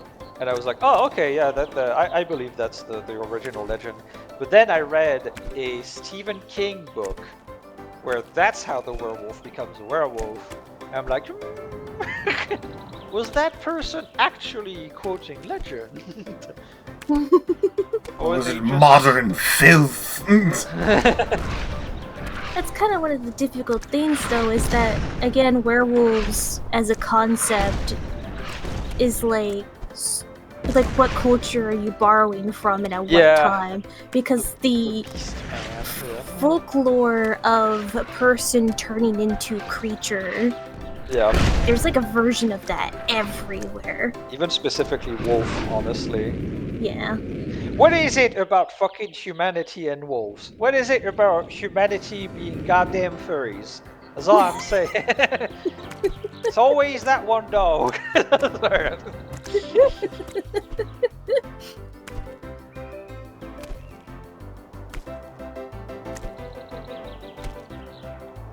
Wait, vampires don't actually sparkle? That was a new one. I don't think I ever heard that before Twilight. I remember in my teens I was anti-Twilight. Like I was like, ugh, this is bullshit, stuff like that. And nowadays I'm just like, just let the poor girls dream. I watched the movies. Yeah, they're very fun. I have never seen the movies actually. I know that the actors in it are great. Like anytime I see an actor that I like, and very often it's like they would have been in like a Twilight movie, and I was like, huh. I think my least favorite is the second of the movies. The first one also has like a very different flavor in comparison to the other ones. Interesting. My favorites being the latter few.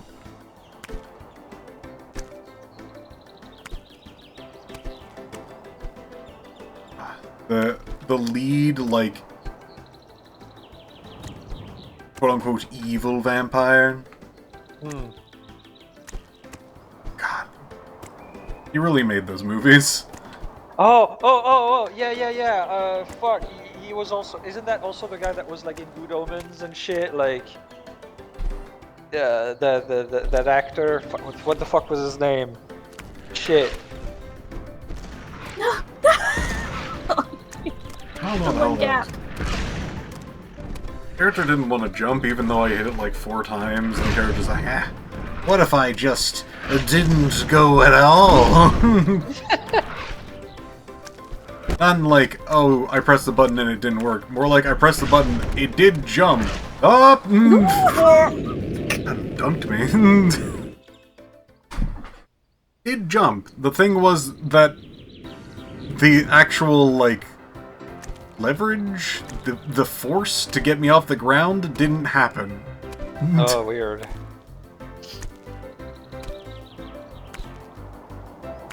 I guess I will say, Twilight definitely has, to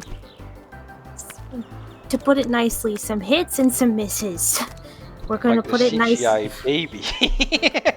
Well, also That's funny. just the entire, also the entire plot point of, like, werewolf soulmate was apparently a baby. Yeah, that's fucking weird. Yeah. And that's the reason why he was so infatuated with Bella. That feels like I need a solution to like stop the love triangle real fast, and I did not think of the consequences. It's a twofold. It is Oh. To stop like the love triangle, but to also specifically have the werewolves and vampires work together.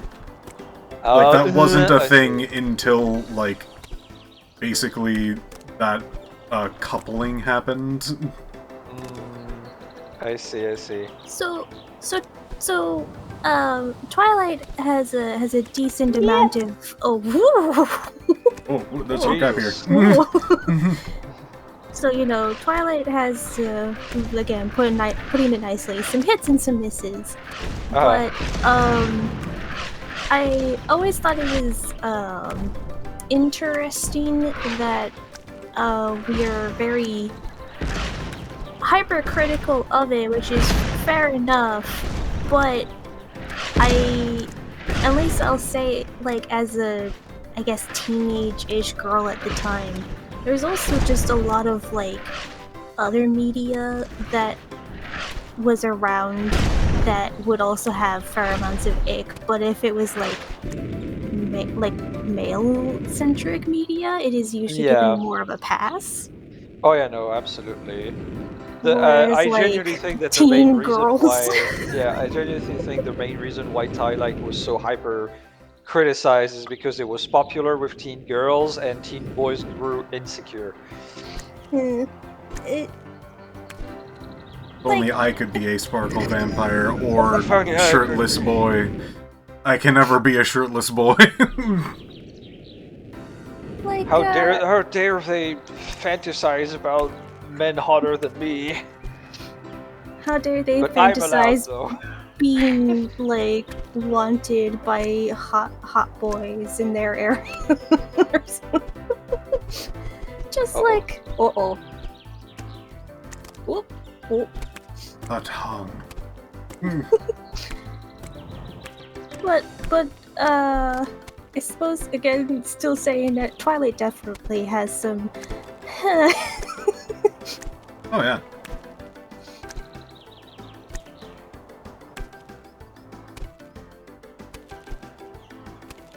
Like, I'll be fully honest, like, I know that's why I was hypercritical of Twilight back then. I think I That's was... literally all that was. I think I was generally, like, perfectly fine with it. Besides the, like... I think there was 2 things. One, I could not get over Sparkle Vampire. I was just like, vampires have a specific lore and this is insane. You know what's It's funny? like- Vampires are not even, like... Oh, back in the day, always associated with only being able to come out at night all the time. True. Because there was a lot of folklore about vampires coming back from, like, being dead. Sometimes just at night to feed, but also sometimes just in broad daylight. Yep. There was, like, inconsistencies. Yeah. with The lore with itself, I that, remember being fine with it, but also I'm a fucking Legacy of Kain fan and always have been. So like vampire lore is very loose when I'm concerned. And like, I was just gonna say, like, even if we take into account like the Dracula book, Dracula in that book can go out during the day. He sure does can. so. In the book, he is seen out in daylight. It's just that he is significantly weaker Yeah. in daylight. You tired little boy. They just like vastly prefer to be out at night because that's when they are at full strength and can also hide better. It's also fascinating because even like that story in that book, there's so many interpretations of it. Yeah. Because like there's a very popular, like kind of like more romanticized version of it, right? That the movie Bram Stoker puts in, right? Where like it's like he you know, it's Gary Oldman, it's hot Gary Oldman. Like there's some like romantic tension going on, you know, and stuff like that. While in the original book, Dracula is more like a creep. If that makes he's sense. such a creep. He's such. It's very bad. Like the book is called Dracula because everyone hates that guy. Yeah. It is not hot boy behavior in there. Really isn't. No, everyone wants a piece of that guy, not because of lust or anything, but because they want to absolutely murder that man so badly. Yeah. So it really depends on just like your interpretation of it.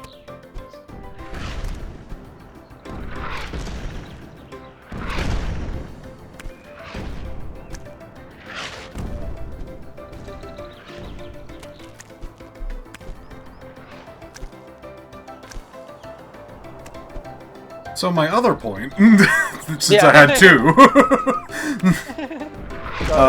was that like I actually really hated the marketing of like, are you team Jacob or team Edward? And I was just like, I don't care, and this feels wrong in so many different ways because like I kind of hate stories like that where it's like love triangles. I've always kind of hated that, so I was just naturally just going like, this is stupid. And I'm glad that like Twilight did eventually just choose one instead of just kind of sticking with that like horrible like will they won't they sort of biz. I find it like so funny though because like in the first book it's like which one will she choose kind of thing, but by the time like the second book rolls around she has definitely made a choice, and the author clearly also has made a choice. Like the author wants everyone to pick Edward, so she also just kind of like weirdly character assassinates Jacob harder and harder. Yeah. It's like, it's not as if he was like amazing or anything, but also between like the first and second book, it's just like there's a big shift. She's just, I have to fucking push him away. Like the fans are not doing what I want, so I need to fucking. Was Wolf Boy in the first? Yeah, he was.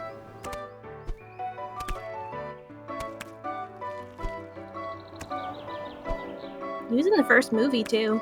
I'm having a hard time remembering. He was there.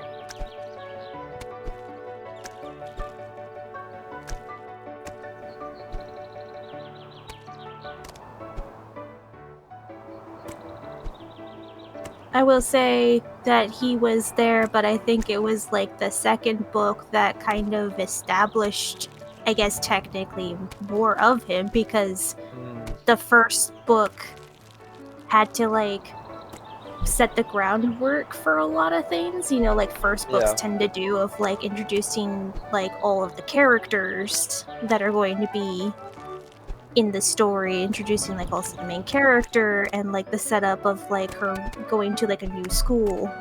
Mhm. And also, like, And- the antagonist vampires, and Yeah, also it's just introducing like the side vampires, and yeah, so like sorry. even the, starting even relationship between the two characters, which was not even close to established at the beginning of the book. Mhm.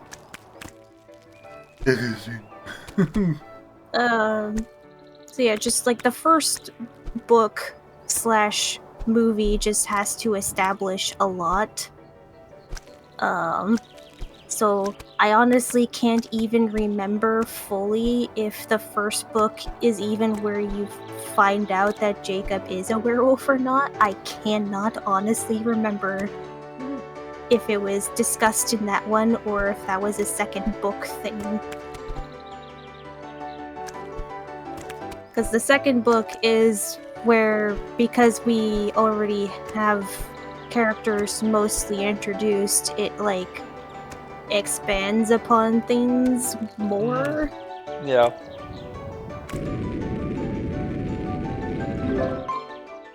And also because of the way the second book is written, Edward is like, no, I have to be away from you, goodbye. Yeah, I think that was the weakest part about all of the books, was That was the weakest part. the hallucination Edward thing was probably the worst part for me. People can disagree with me if they want. I have no strong opinions of this particular series to a point where I will try to even defend myself, but that was the one that I disliked the most. I find everything involving that terrible Renesmee situation to be just awful. You know what? Yes, that specific thing is pretty bad. It could have been better. It could have been some sort of, like, guardian thing instead of a specific relation thing, but in the book and the movie, you really can't have it as any other interpretation, so yeah. Just everything about that child is just so strange and so bizarre, and the book is so visceral in detail about the horrific childbirth. Oh, Yeah, there's alright. that too.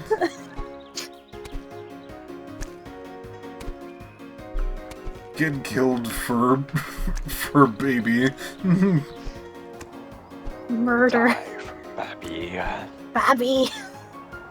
Just like, I don't know, every single thing about Renesmee was just usually terrible. It could have just been a regular vampire baby.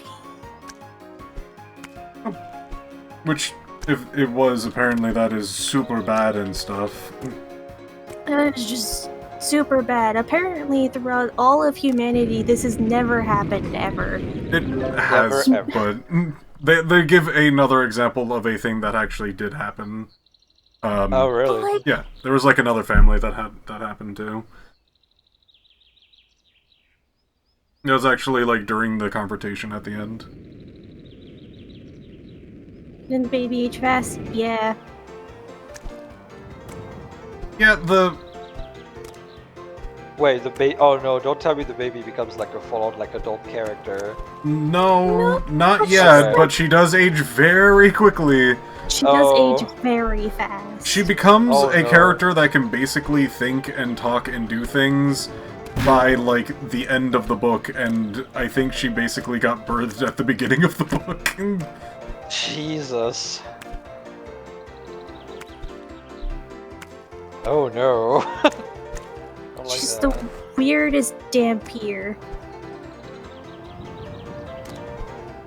I think the What is- creator what- just sorry, really just- want.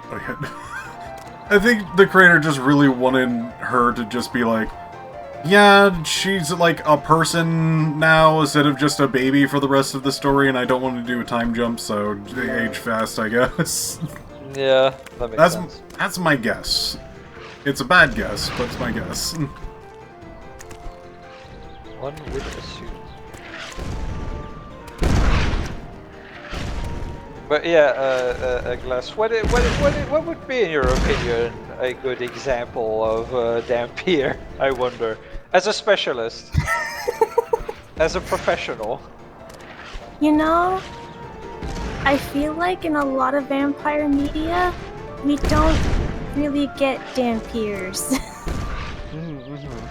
We don't get a lot of them, and when they do show up, it's also not usually weirdly a main focus in the story. Yeah.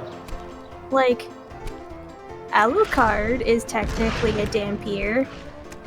Oh, yeah, Is Castlevania ever gonna really, like, fully dive into any bits of that? Not entirely. He mostly just acts like a regular vampire. There's no mix of human and vampire. It is often they're either fully just a vampire or they don't exist. Like, it's weird. Like, even let's like another one. Blade? Yep. Yeah. Blade's a Dampier. Yeah. But he kind of mostly just acts like a watered-down version of a vampire. Watered-down vampire.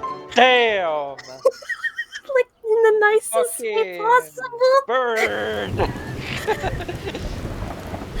Whoa. Oh, dramatic. Like, I'm not, I guess, super duper familiar with Blade, as I've only watched the first movie. But he's just kind of like chosen one vampire.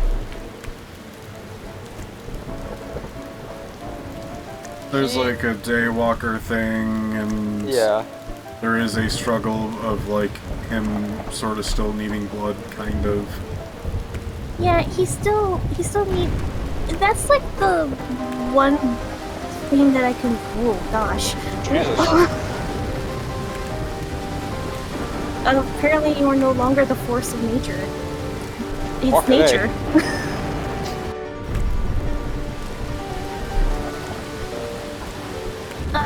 Blade is like, I guess, one of the few like media that I've seen that is like about him being a mix. Yeah. It's just that I'm talking about in terms of like any particular power thing. It's more just that he has just some of the vampire abilities. Yeah. He's pretty strong from what I remember. He is like, yeah. That's part of like the. Still, like, in that world though, vampires are just also strong. So I don't really count that as like a Dampier specific thing, you know? Oh, a Dampier power, not like it. Because I think he's supposedly just basically a vampire plus all some other, like, things that makes him stronger than a normal vampire. But, like, Dampier specific, besides specifically going, like, well, they don't have weaknesses to, like, this, and this. Besides that, which I don't really think is that much of a power, powers. Yeah. I guess it's like you usually see them as either watered down vampire, like Les said, or vampire premium. Yeah, it's usually like one or the other. I'm not knocking it, by the way. It's just that like Dampiers in folklore were sometimes a little bit stranger. And had some peculiar things that they could do that were not just like this is also a vampire specific ability? Gotcha. Honestly though, most of the time Dampiers were just a way to excuse abnormalities in birth, and also as a way for the woman who was probably pregnant, maybe due to a different guy, was like, yeah, my husband totally came back from the dead. Husband came back from the dead and got me pregnant. Yep. Yep. Sure is what happened. Yeah, deaf. No, think anymore. Yes, I also do agree that Dampier characteristic kind of looked like Mark the Blacksmith, but who are we to judge the supernatural? Maybe Mark the Blacksmith is just also got some vampire in He's him. a vampire, kill him. Just tying up loose ends, you know. When you really gotta think about your career.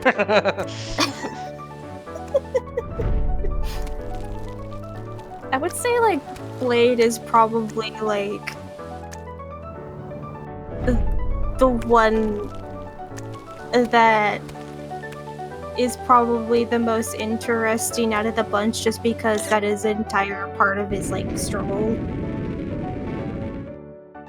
Yeah, like it feels like more part of like his struggle as far as his personality and like heritage and like just life goes, more than like a biological or powers thing. Yeah. Which like is plenty interesting in itself, and more than enough. But I wonder, Glass, as a professional, how would you make a Dampier? Make them weirder. Put my fist on my table gently because I don't want to rattle the microphone. Make them weird.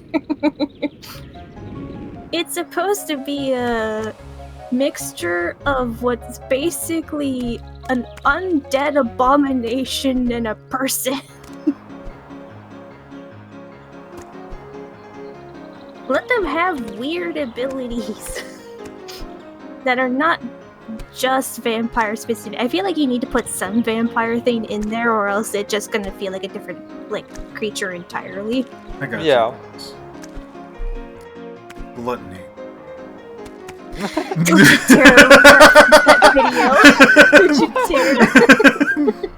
I have so many problems with that video. I still get recommended stuff from that guy, and I'm just every time I squint.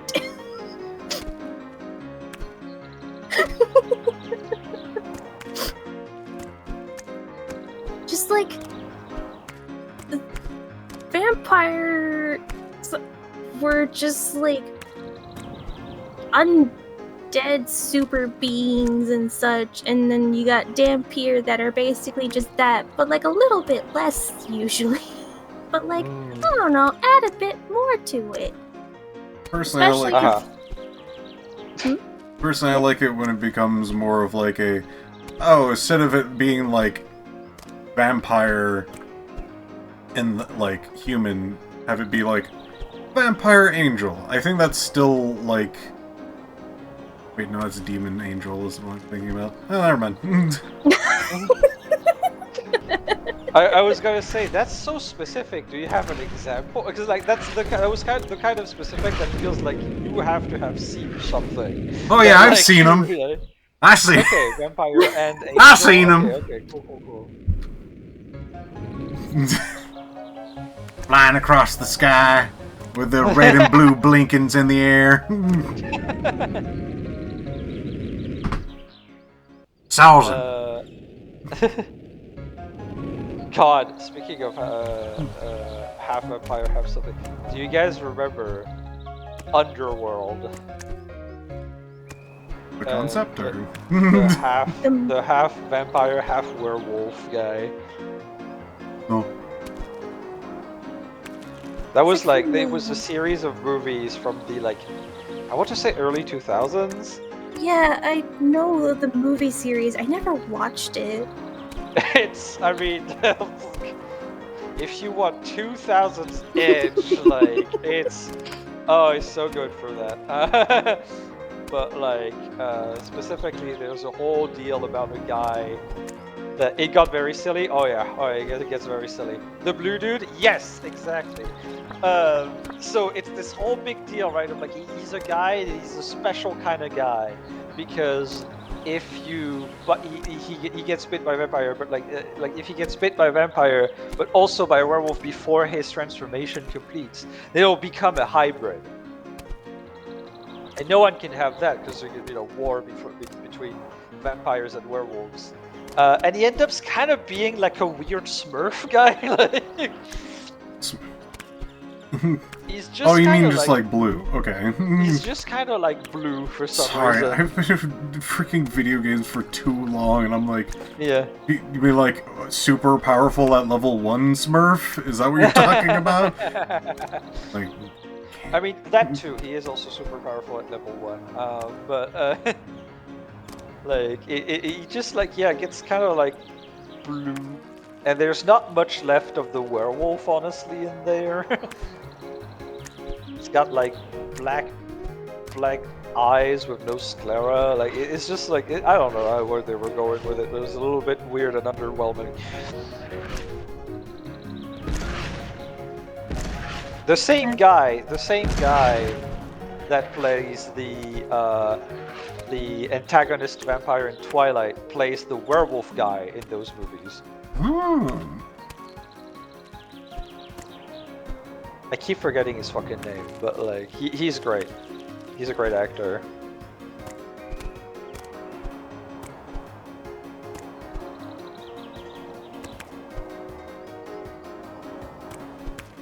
So all the Smurfs are hybrids? Exactly, that's why they have to die. By the way, as a fun, brief aside, Dampier folklore often had it so that Dampiers had like acidic blood and spit. Oh, that's funny. Or that it was like acid to vampires, and that's why they could not be bitten by them. Oh. Because they're because I guess with the vampire blood mixed in with the human blood, it was supposed to be like acid to them. Interesting. For you vampire, easy. Get yourself some holy blood. Some holy blood? Yeah. You just bless the blood? You can do that. Just get one of those, like, little blood bag things. Take out your blood, have a priest bless it, put it in, eat. Is that what Larry was gonna do to you? Larry the security guard. Dude's on another level. I think Larry had acid blood for a different reason. I think he was a xenomorph in disguise. I bit him and he, like, turned around and was like, hey, you're not supposed to be here. You're not supposed to be here. Most of his blood's gone. He doesn't give a fuck. Death's Sacred Saki says Death Stranding bioweapon. Ziffigs says, wasn't the plot of that both vampire... Oh, for Underworld, wasn't the plot that both vampires and werewolves came from the same virus, which turned some dude into an immortal super being that was neither ages ago and the other split off from me? I don't remember quite well. I think it was something along those lines, yeah. He had like two sons, or like the progenitors of both were like either his two sons or the first two that he like turned or something. They're like brothers.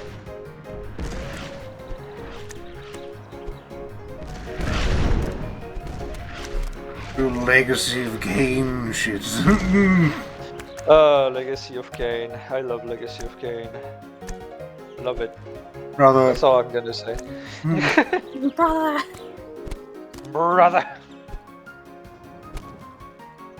We love fratricide. We love it.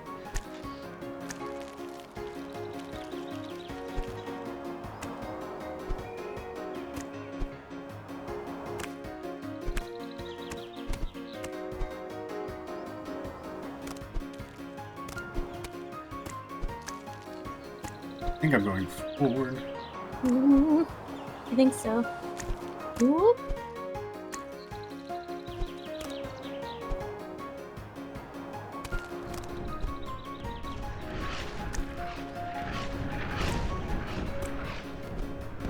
Interesting maneuver. A 2 octave up. I don't know what the hell happened there. Oh, you still didn't get the time though. Damn. No. Get the distance. Oh. Very close though. Yeet! I need to get my teeth brushed for the night. I'll be right back. Okay. Getting your I teeth I just brushed, like how you say. said that. Don't mind me.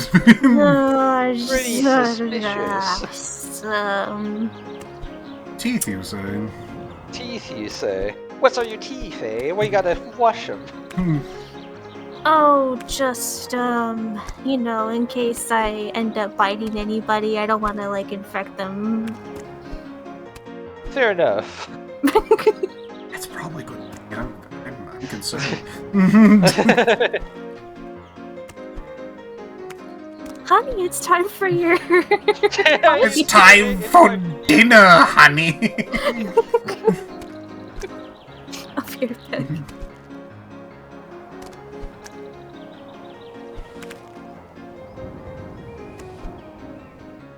You think there's vampire philosophy? Oh god. What is the meaning of undead? Where is the meaning of unlife? If there was any type of media that would have vampire philosopher waxing philosophical about unlife, it would be World of Darkness. One of my favorite things I've learned during my, like, I'm looking into a whole bunch of different things about philosophy, like this, is the concept of a wrong question. And I don't mean like a stupid question, a wrong question. Okay. You can put any words in any order. Right. One of the most famous, like, non-lines of all time is, like, colorless green, like, frantically, violently sleeps or something like that. Or thinks, violently. Like, it's just a garble of, like, no words. Like, it is a sentence, for sure, but doesn't mean anything. Yeah. You can try to give it meaning, but you would be then making another sentence. Ha. Not in like a philosophical, like, of course this is how this is all done sort of way, but like,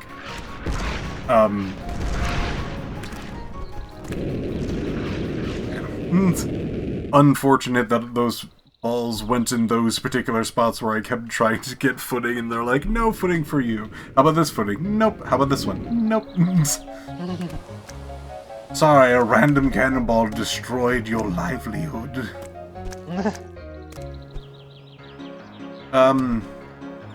So, in my mind, the question is, what is the meaning of life? Doesn't quite make sense in my mind. I'm not quite sure if it really is a question, because what are you asking? Like... That is true. What are you even asking?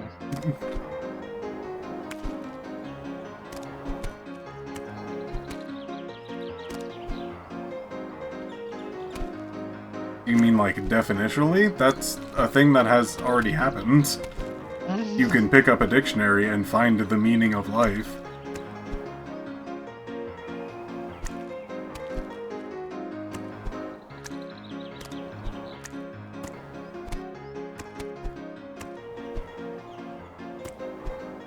If anyone could give any meaning to the question, what is the meaning of life, might get a little head pat from me. Well, you heard it here, chat. Get to it. Get one if head pat. Get one Piph head pat. Now those are value.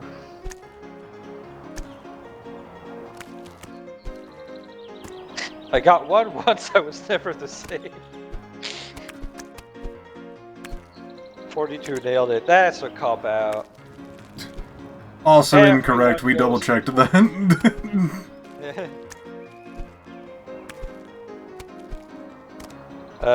Footfather says, Piph head pat is the meaning of life.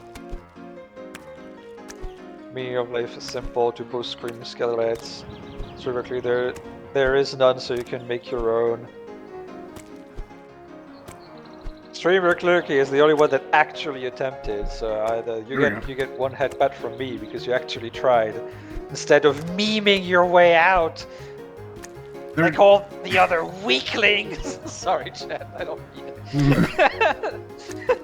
I should probably also mention for you guys, my question is to give meaning to the question, what is the meaning of life? Not answering the meaning of life.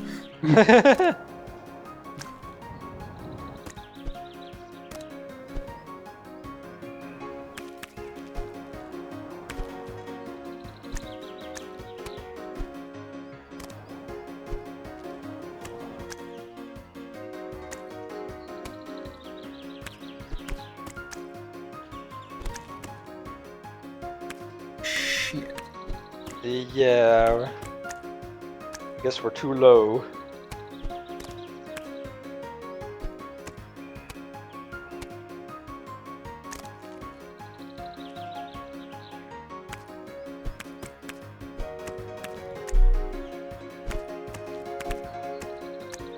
Have a good night, Mystic. Good night.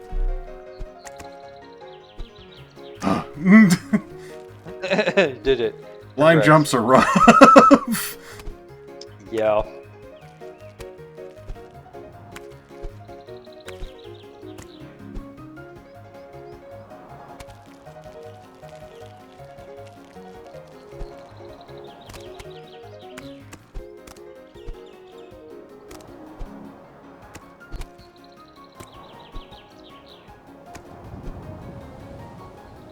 Come on.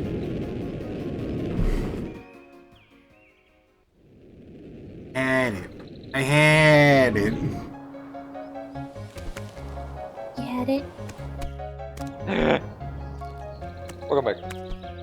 Hello.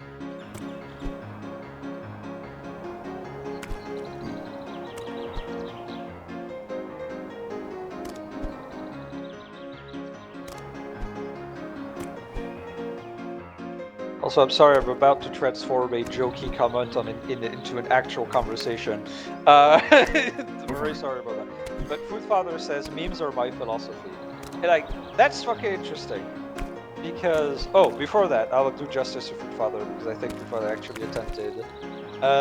I think the intention of the question, they say, is to prompt a person to think about what inherent purpose life might have.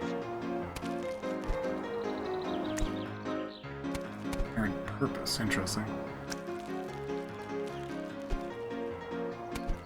Thank you for at least attempting. Not saying that it's not quite convincing, but it is at least an answer, so yes, I will give a head pat. My goodness. I might not agree with it, but it's at least something to think about.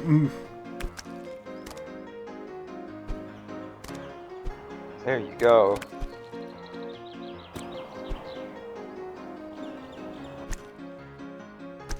That's the thing Yeah. about philosophy is, I don't agree with a lot of it, but it is something to think about. It's food for thought. It's a good thing to have. It's good to think about stuff and question things. But yeah, back on the like meme thing, because lately I've been hit with like two different overthinky takes on memes that were very interesting because I think both are technically true, or like I could not like fully disagree or agree, I guess, but like I could not like disagree with either of them. And so I'm gonna need to give a little bit of context on both. I'm gonna try my best to explain. But like on the first side, the idea with memes was that it was kind of like a shame that memes took so much importance as they did, because it has essentially infected debate, right? Sure. Where about fucking anything, it's not about who is right, who is wrong anymore, or what points they bring, but whoever gets the best memes. And the thing specifically that they were talking about was like how everything in politics and on the internet, everything is about the fucking culture war, about like woke and anti-woke and all that stuff. And it's not about whoever anyone has to say. It's about who has the best memes. If you look at the shape that the debate takes, both online and offline, it's about who is the most. It's about who gets the better got ya at the end of the day, instead of actual conversation. And they were kind of like thinking that like as a result, it's like part of why everything's going to shit, because we don't talk to each other anymore. We just meme at each other. And how like that kind of like goes with it basically serves also like very much the sort of like social media corporations thing. That's part of why they limit the power to have conversation within their platforms, because it's something that is just kind of true of like humans, society, people, we are at our most profitable, just in general. And I'm not saying there's a big conspiracy, it's just like kind of a thing that happens. But like we are at our most profitable when we are divided and just kind of yelling at each other. Especially for social media companies. And there was a whole lot of other points that were very good points, and I'm not doing justice to the person, honestly. But like yeah, like Agent J-Wall phrased it well, of like meme past each other, really, like literally, yeah. Because the only times we actually have a conversation, we're literally preaching to the choir. When you actually talk about subjects, when you actually share your opinions, when you vent, you're not talking to the opposition. You're talking to people who already agree with you. And like that's a very, very internet thing to happen with the algorithms, the echo chambers, and all that stuff that we all do. And you don't need the internet to do that. Like that's always been a thing that people have been doing, of like you just stay with people that agree with you, etc. And then you just meme at the other, right? You ridicule it. You denounce it. You refuse its existence as a thing to be considered seriously, because as a result, it's kind of, that's just we other people, essentially. Whatever doesn't fit your tribe. And like that's fucking, it's a bit of a weird take, especially when it comes to like the woke anti-woke thing, because like I don't necessarily want to give importance to like a fucking Nazi opinion.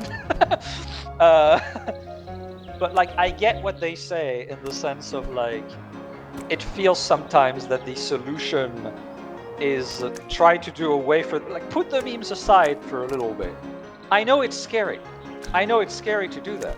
I know that we all not we all, but I know that a lot of us hide our insecurities behind humor and all that stuff, and like develop a sort of like way of just getting the last haha in a conversation as a way to mask the fact that we don't know what the fuck we're talking about. And that's fine. Many people do that. That's completely fine. It's completely valid. But I understand, as a result, the bemoaning of that becoming the culture of the internet, where it feels like in times like ours, we should, on the opposite, in order to counter both, like the culture war and also the fucking like what corporations want from us, we should have long form conversations. And the other take I got on memes that I also don't disagree with was a take on essentially art at the end of an empire. And basically how like at the end of like big empires in the past, stuff like that, the art that there were two types of art that took place. There was art that was used by the elites that literally meant nothing. anymore. There was nothing behind it. No message, no emotion, nothing. It was just mindless decoration. It was art because it was popular and expensive, and that's all it was. And we definitely see that still today. I look at fucking NFTs and all that shit, right? But even then, even back then, right? Like even in France, Rococo is an art that was made by noble people, rich people, to decorate their home when they had to go back because they weren't living in the French palace anymore. Nobility. But at the same time, there was, I think it was, what's the name of it? I think it was neoclassicism or something like that. And that was literally revolutionary art. There was art that was meant to like kind of like express the emotion of the people under oppression, essentially. There was a lot of stuff about like, you know, that would also was very much designed to kind of like rise the people. Like things about like philosophers that were like ready to die for a form of justice that would be correct, or like Socrates and stuff like that. Lots of very violent and dark type of art, but that would kind of like have that degree. Oh damn. I was past the 200 mark. I tried to get something above me. An invisible cannonball, because it's on black came by, took my tongue and flung me backwards, unobtaining my goal. That's criminal right there. That's fucked up. That's terrible. That's rough, buddy. That's rough, buddy. Damn. But I guess like to just finish the point before I lose it forever, because my brain is like that. And like basically that was kind of like the thing, and like there was like a kind of like study of over history and art of basically saying that often at the end of an empire there is kind of like that duality that happens. So like you get art that means nothing, usually used by the elite, and you got art that very much means something that's used by the people crushed under. And the argument they made about memes in the modern era is that the NFTs, the claws, little thing, the stuff that you see in the museum is very much the Rococo of our era, and that weirdly enough, memes are the art form that the people are using to communicate about what it's like to live today. And as a result, it should be considered as a high art.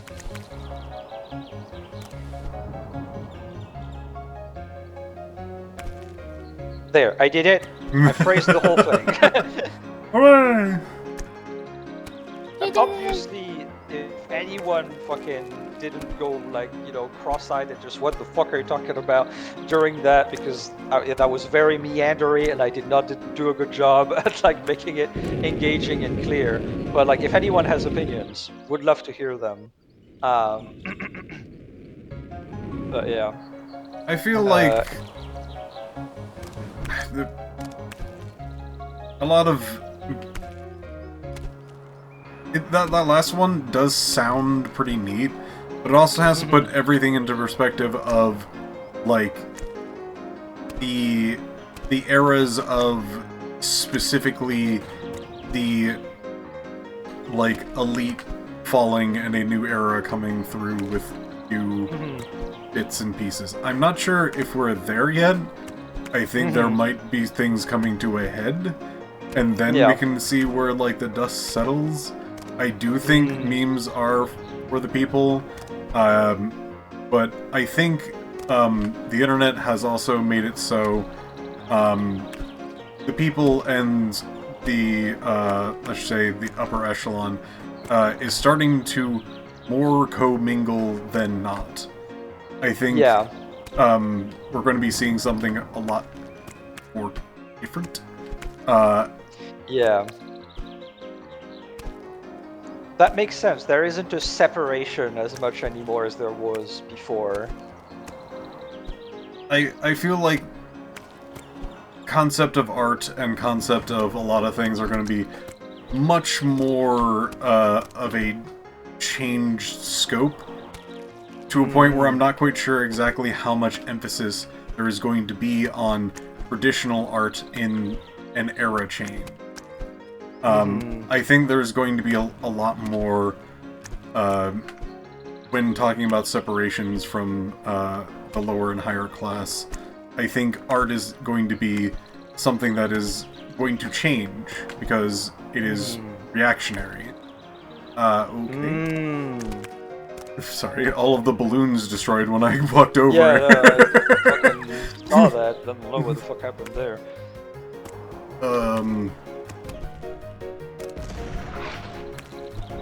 That's a cool take. I like that. I like that. The sad cookie says, "Hi Piph and company. Hi everyone. Just popping in for a second before going to bed. Night night everyone. Have an awesome stream and time zone. Thank you. Have a good night. Lovely time zone. Have a lovely time zone." Agent J Wall says, "I wonder how much of this is a result of social media's optimizing for engagement." Oh yeah, absolutely. For like the Jesus Christ, yes. Absolutely. That is behind all of this. They have changed the way we communicate forever. Optimization is almost inherently and intentionally drawing a harder and harder line. Yep. Instead of what it was back in the day where, like, whoever your neighbors were, those were your neighbors. If you were pushed into another area, you were almost physically in a lower class. With this, it is more an algorithm trying to be almost as polarizing as possible, because that is the most engaging thing that's there. And if you react positively to it, you're going to be fed more. Negatively, they will remove that and try to find something else that you like. Until you find something that is that thing that you like. Then it will feed you only that thing. And perspective of other things is going to not really be something that is easily found. You almost have to find something else other than the algorithm to show you another side. Yeah, you have to find it yourself. You have to intentionally kind of like break out of all the suggestions, and like it's kind of funny because the way, I'm sure there are better ways of doing that, but like the only way I ever break from like my algorithm is literally when somebody, like a friend, like an actual person, recommends me something. And then I have a name and I can actually look it up, right? Yeah.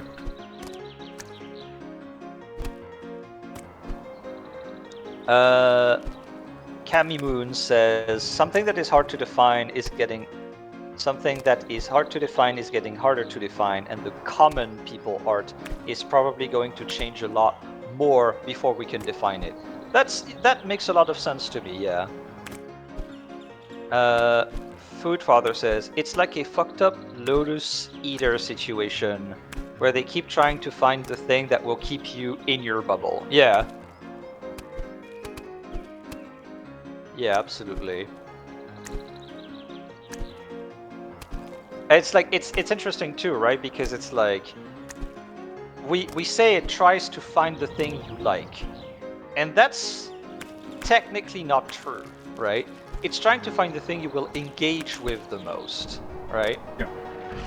So as a result, hatred is very much a thing that it will propagate.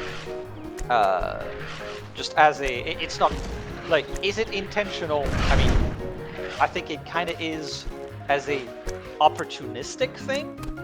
I think companies have seen that sort of collateral happen. I don't think it was part of the design originally, but I think the fact, I think companies have then realized, oh, hate produces a lot of engagement, and as a result are opportunistic about it. That's like it's interesting because like I consume a lot of, especially lately, I don't know what the fuck has happened with that, but like I consume a lot of conspiracy theorist stuff. Not in this media, not in the sense that I listen to conspiracy theorists, but I listen to a lot of stuff about conspiracy theorists these days. And like, it's funny because I would consider myself kind of a conspiracy theorist. Just by like the nature, my nature, and like what I look into things, and how I see intent in a lot of things. And I do believe that I'm not wrong in a lot of those things. But I think the big thing that separates me from like most the more common conspiracy theorists is that I don't believe that it's like a big shadow government and that there is one big conspiracy. I think there's many little conspiracies in that they're opportunistic in their nature most of the time. And usually the goal is just make more money.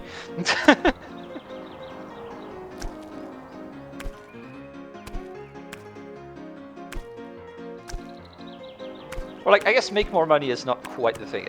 More like wanting my, I'm gonna call it a faction, but like faction can be me, myself, my family, my company, whatever. But like want my faction to grow and prosper, essentially. Right. In one way or another. It doesn't need to be more complicated than that for it to have big consequences and get really complicated. But yeah, no, I like the idea of like art will change a lot before we can actually have a full opinion on that. It makes a lot of sense. Kami Moon says it's 100 guys all trying to do the shadow government but are getting in each other's way. Exactly. No, yeah, absolutely. That's how I see the world, essentially. Personally.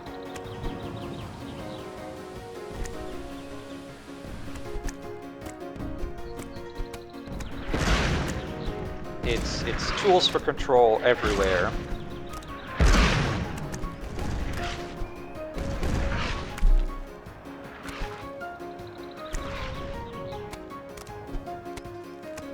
Yeah.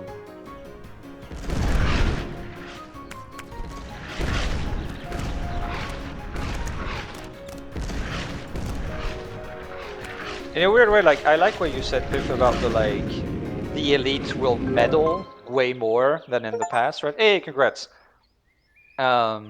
Because I was thinking of like in terms of like memes and like art form and stuff like that, and I think, oh, maybe that's why the two like takes that I heard are kind of like true, because yes, it is technically an art performed by the people, and it does, you know, portray the anguish and all the stuff that like people just live in the current day and age. But also the elites are using memes at this point. Yes. And it's becoming more senseless as a result. Oh wow, got lava level. Goodness. Yeah. It's weird because I don't think elite-wise, I don't think there's a good amount of them that, this is my personal opinion, that are smart enough to figure it out.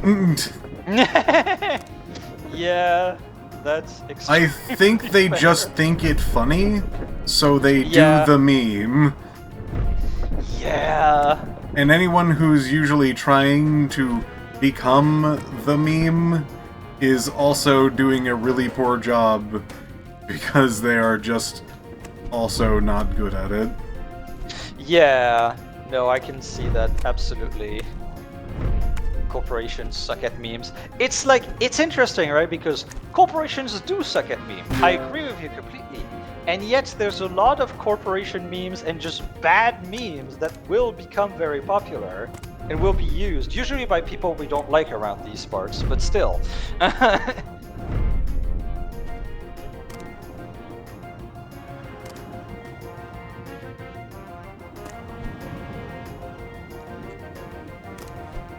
It's the weird juxtaposition, or like I guess like conflict of like, it's almost like quality does not necessarily correlate to efficiency, if that makes sense. Yeah. Many memes suck. They are very efficient.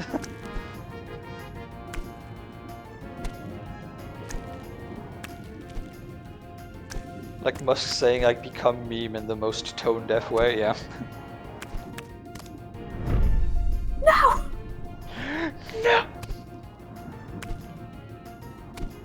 memes by definition are self-propagating. Yeah. These are like weapon. mushrooms. They are.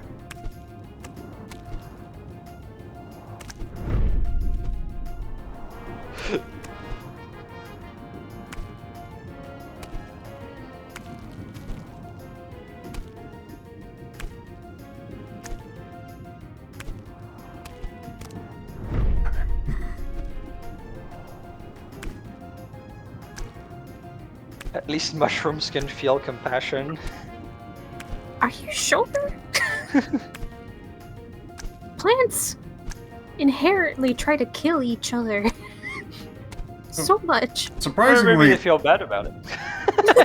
surprisingly, we have found out that plants do feel.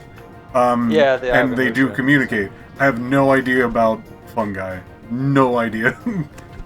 No one knows fucking nothing about fungi. Well, like, okay, we know a lot about fungi, but like, every time you're gonna ask a biologist about fungi, they're just gonna give you a big sigh and then be like, okay. So, fungi are probably the closest thing we have to a fucking alien creature. It's not a plant, it's not an animal. It's technically closer to an animal than a plant. And it's kind of just what nature has the closest in its whole development to the very concept of entropy. It is the great equalizer. It will destroy fucking everything.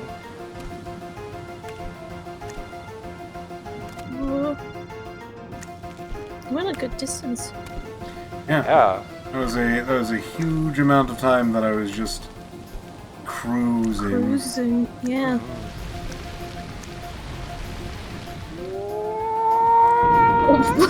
Nice. Good ton. Oh, I made it. Cool. Lovely. Mushrooms are so bizarre little things. Bizarre little things that have learned to zombify insects, apparently. Well, arachnids specifically. Oh my.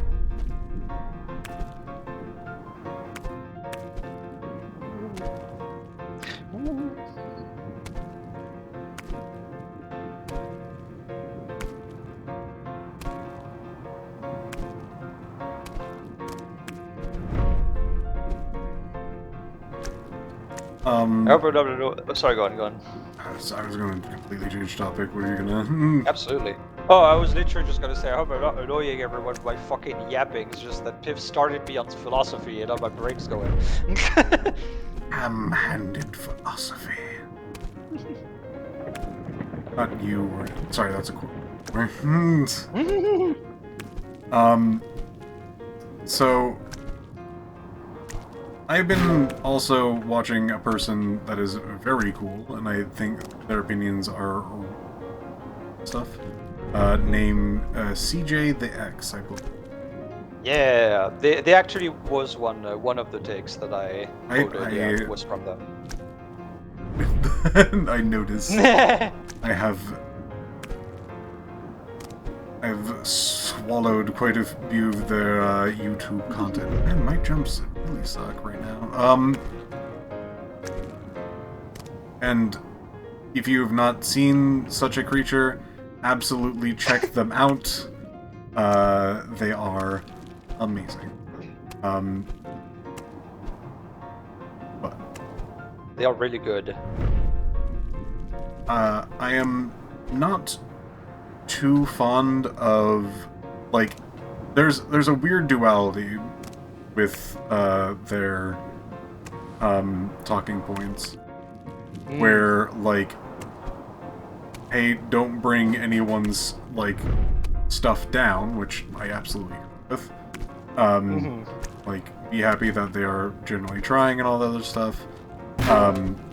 You want to be supportive of creativity, not weirdly geek. Gotcha. Yeah. But then also, like, is absolutely demonstrous, like, have a whole bunch of takes about, like, this is the right way to do, like fashion, or, The concept of like this is good and bad art, not by my own opinion, but because that there is a like larger like deeper meaning in all of us, that there is a good art and a bad art. I'm like, I don't know, this feels contradictory in a way that I'm like still trying to piece together. Yeah.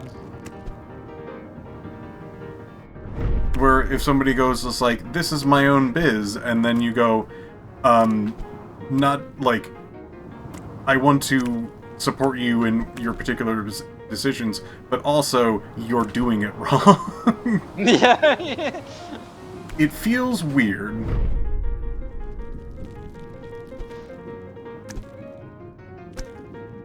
And that might be my own personal philosophy of, I guess, duality. Not that they're specifically just two things, but there can be two contradictory things that are impossible to have them be, like, around each other, but is. And that is a thing you're going to have to accept from others, from yourself. It is a part of life. Yeah. It's definitionally impossible, but is. Not something I've actually seen much in philosophy, but like, it's one of my favorite things. Yeah, to just accept that, like, we are contradictory creatures, so of course our way of thinking will be that.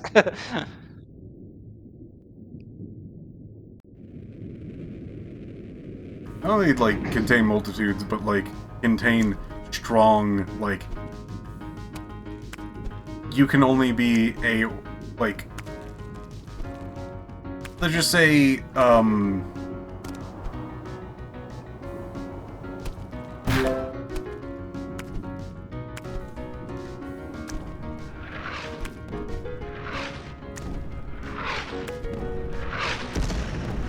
Let's put down something simple. You want to do something. Let's just say you want to... This is a very common one for people. Eat. You want to eat. There's a want to live. There's also some usual, like, exploration, and sometimes it's delicious. It gives you the good brain juices. Generally, people want to eat. It's not a contradictory or a sign that people, like... That's relatable. There you go. Now, you probably had these thoughts before of like, I would like to eat, and then you just don't. Yeah. Why wouldn't you? You have to. You want to. There's so many good things about that, but you don't. Not at that moment. Not for a long time. So much so that you might not even eat that night. Why? Logically, it wouldn't make any sense. It's not that you secretly don't want to eat, depending on who you are in the situation. Yeah.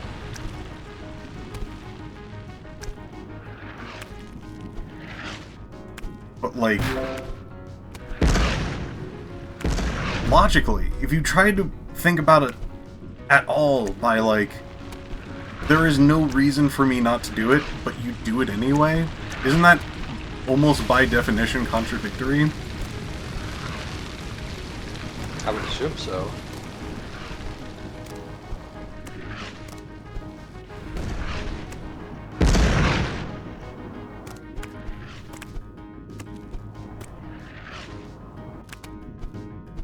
And instead of, like, struggling with the impossibility of that contradictory, accept it.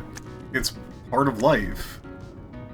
Sometimes your logic, breaks down so easily that you can poke just a hole in it and then go, it's not going away. Logic is not supposed to be something you can just poke a hole in and then it will never heal.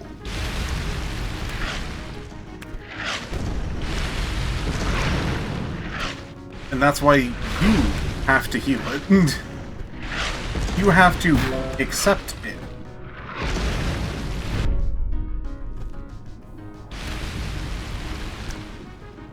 Not force it or anything like that, but just acknowledge that it exists and move on.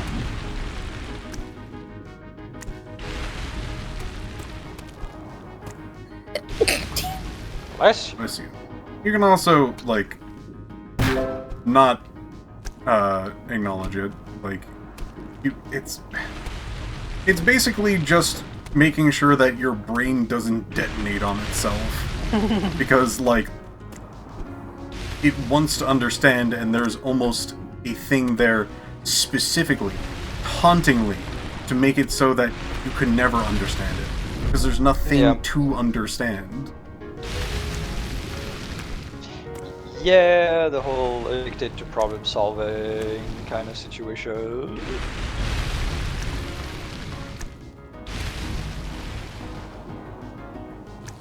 Oh. Oh god.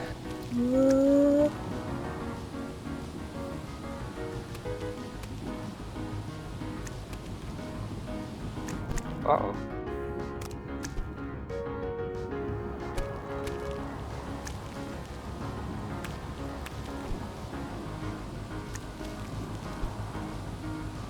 I'll be back. I'll be in chat.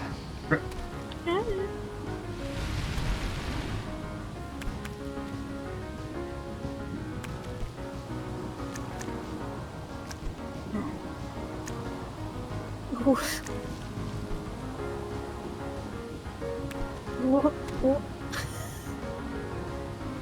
Curious.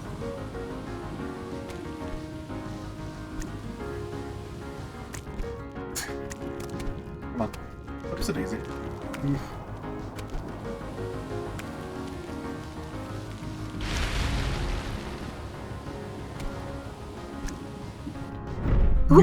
Oh. It really was just like, hey, this doesn't exist anymore. Am I, like, making it behind me? Oh, I think I am.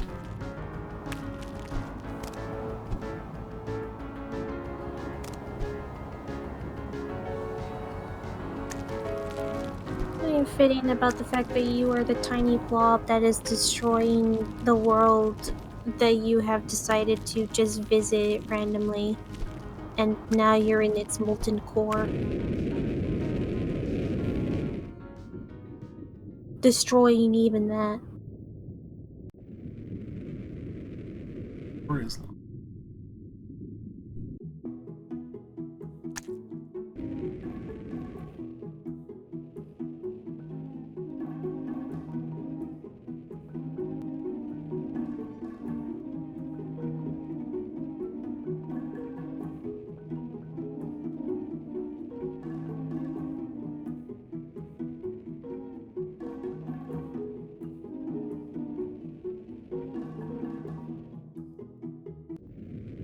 Forgotten Legacy.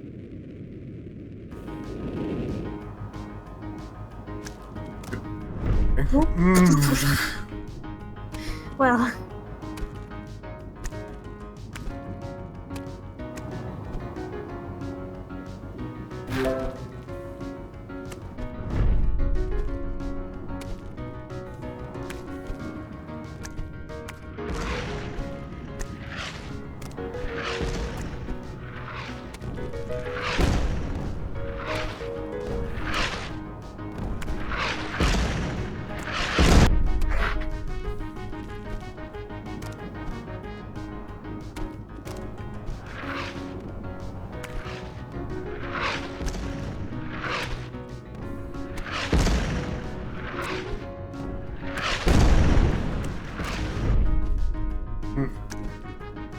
One I want to do, but take it. is everyone ready for the onslaught that is April Fool's tomorrow? No. Fair.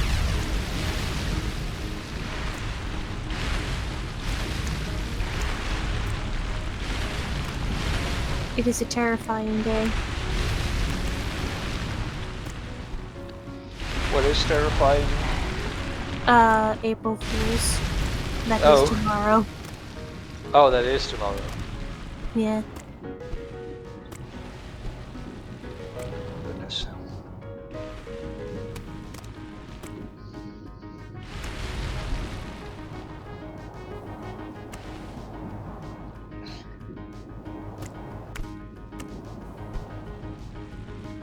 Creativity back. I have so many April to fool. I am.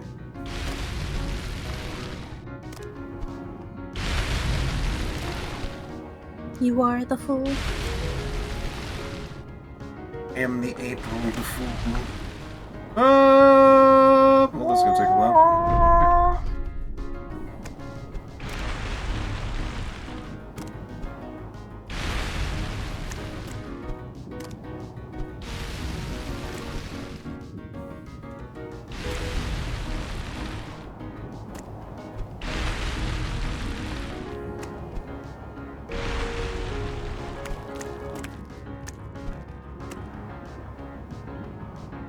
Good level. Weird level. Oh, thank you for the checkpoint.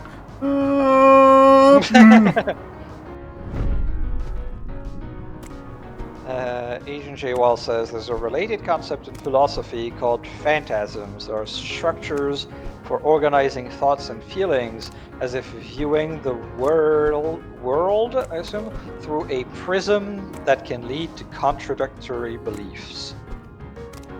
I don't understand it enough to speak on it, but a fun thread to pull on for future reading.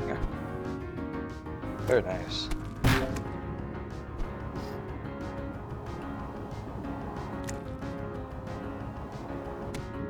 Die. Let me die!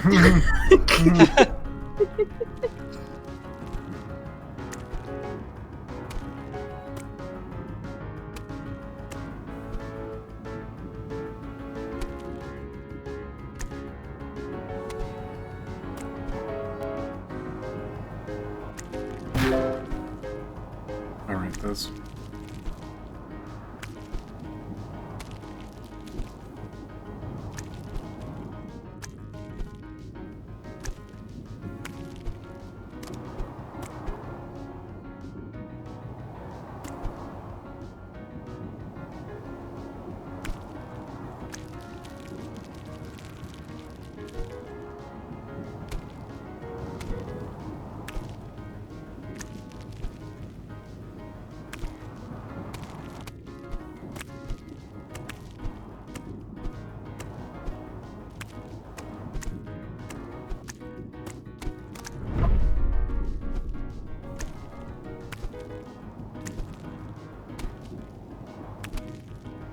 Every time.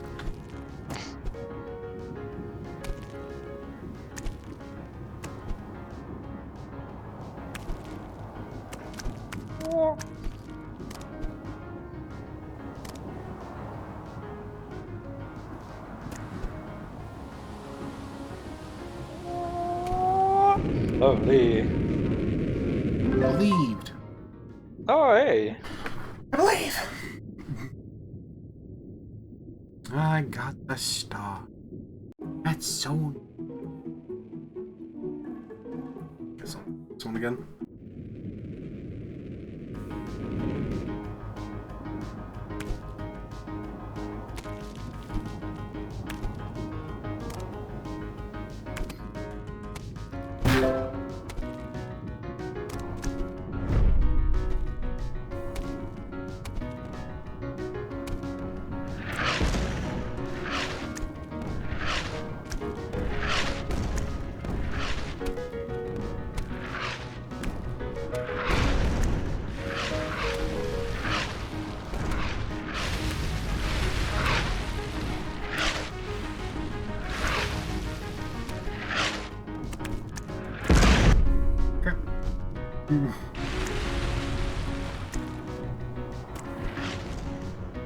Well, I wanted to. But the game wouldn't let me.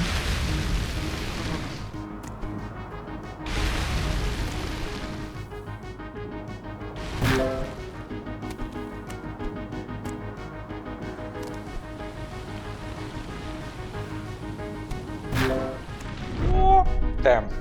All I wanted. All I ever wanted. See how I glitter.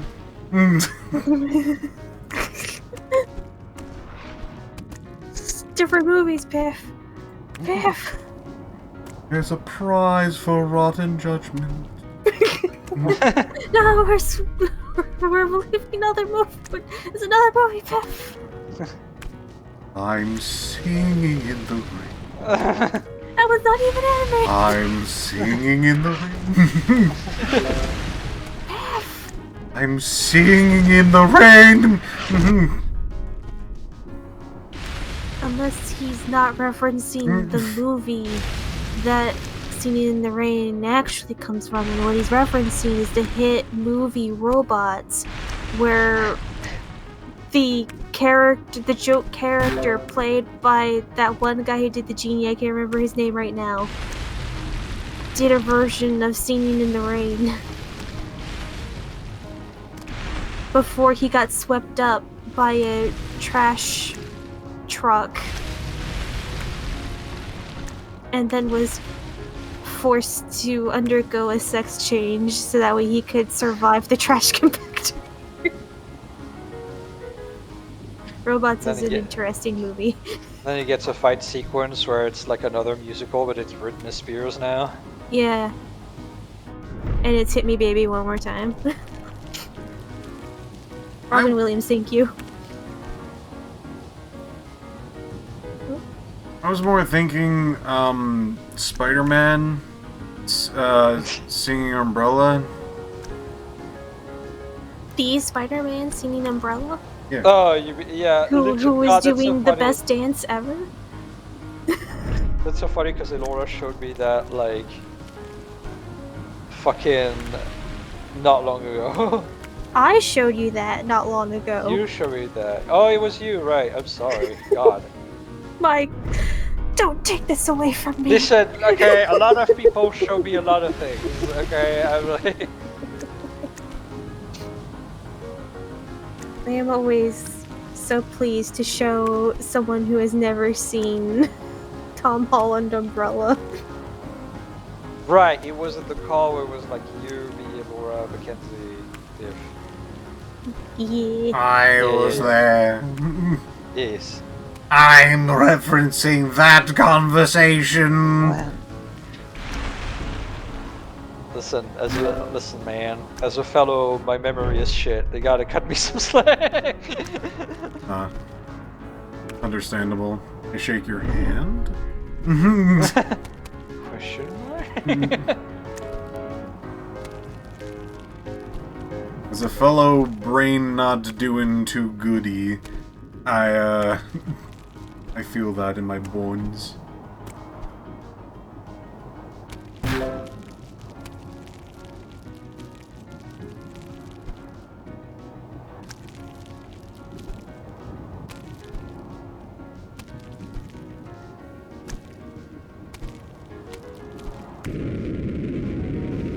I get it. Yeah. Yep. The floor is lava.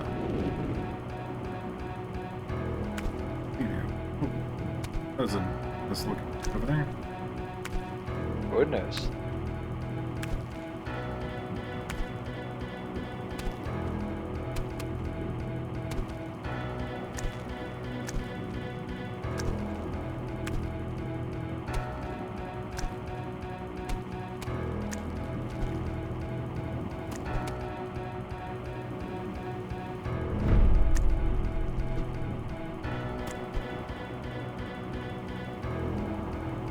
I was hoping to skip those. Hang. Oh!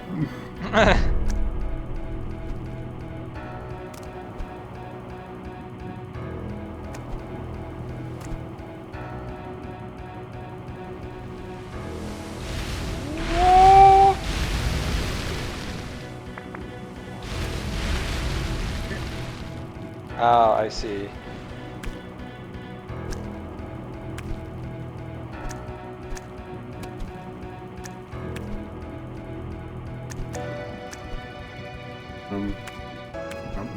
Uh-oh, please. uh-oh.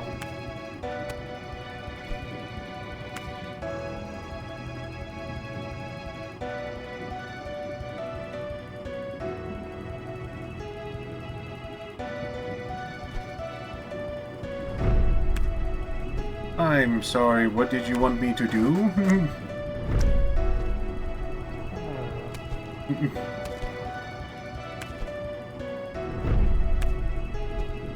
The jump height on these is doing some weird stuff.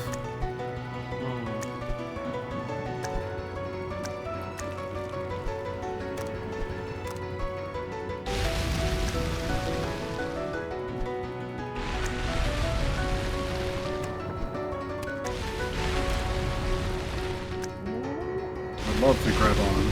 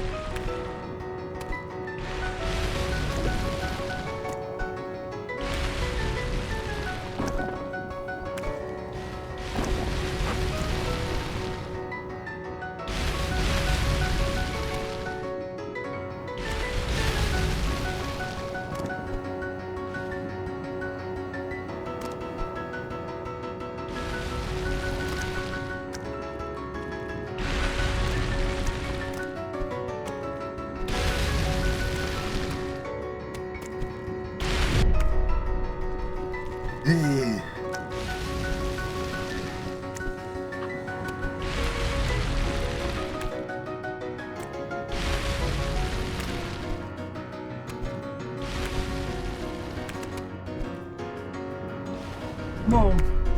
No!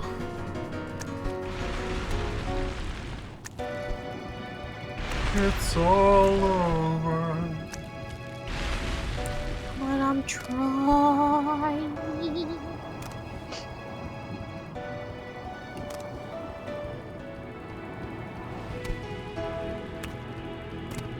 Yep.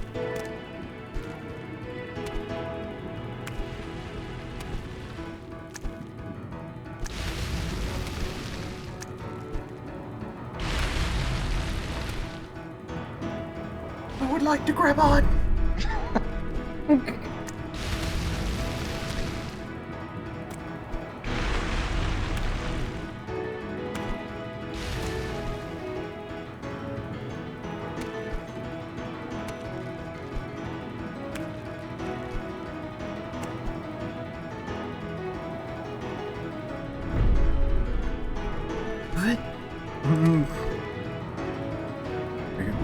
And depth perception is a little tough on this one. Everything is just so big that it's like difficult to tell how close they are.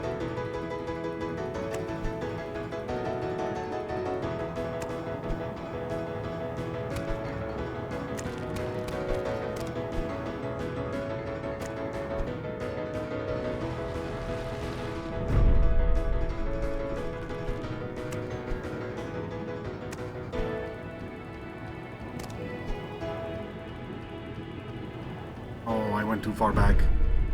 Dang. Dang.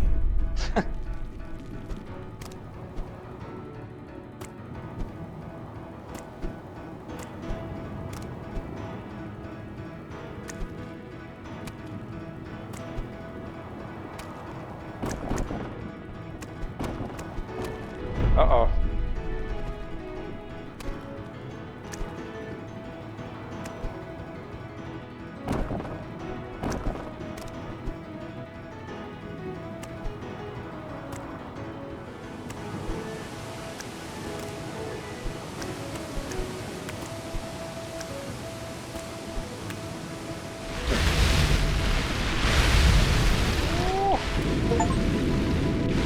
Nice. Oh, I got the star, weirdly. Lovely.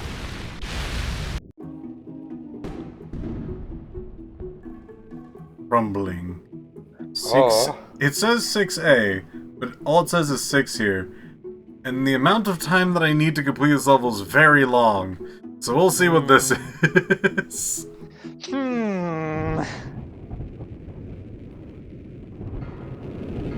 Probably the finale, if I had to guess. I would assume, yeah. Oh yeah, we got a fucking little bit of everything.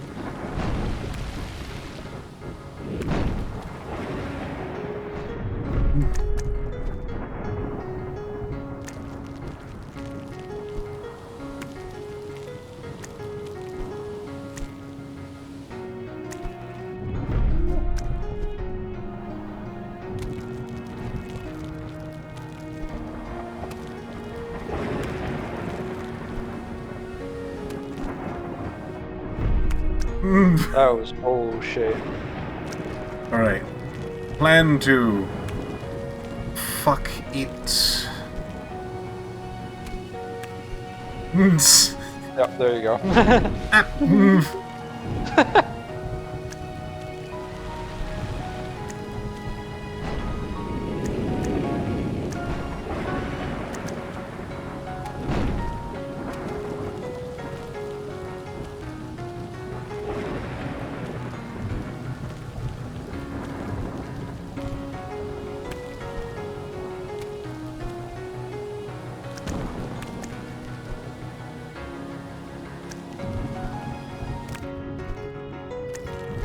Okay.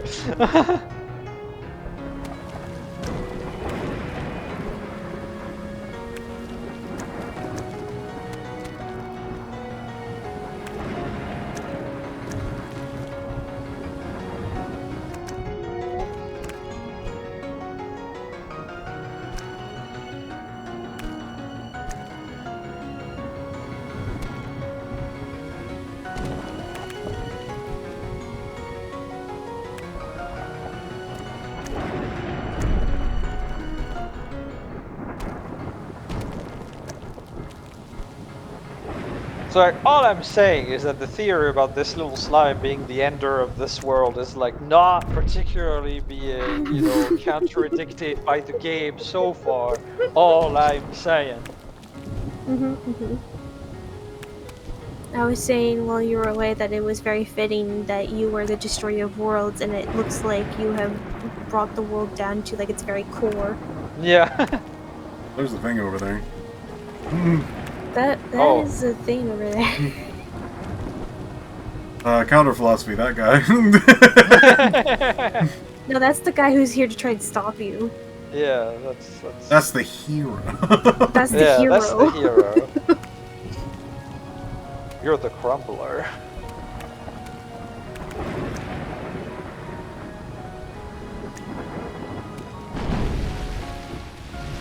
Go fast. That was humanity's last-ditch effort. Oh god.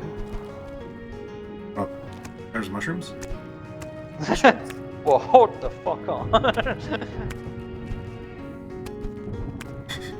Yo, it's your turn, big guy. Oh, it's moving. Oh, it is. I think that's moving. I think it's Are you not. on him?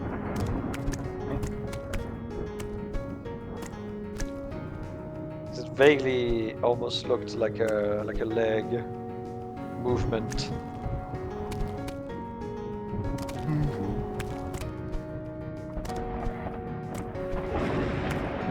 That's what it reminds me of.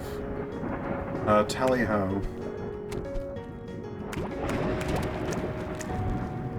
I feel like you definitely mentioned that to me before. I Yeah. am certain.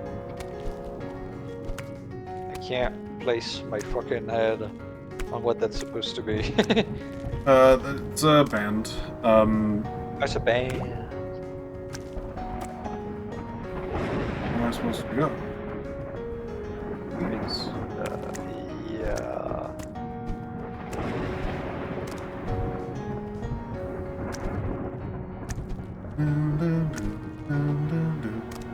Oh, we're getting like a bunch of assets from various levels. All the different places that you've destroyed. Ah, the memory.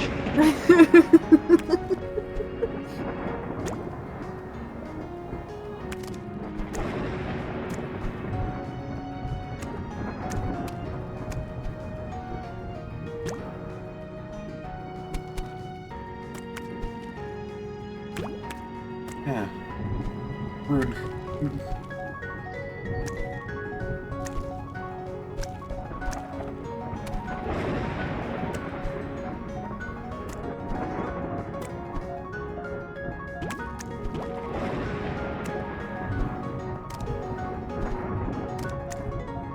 Arrows. More and more that I might be on the thing. Yeah.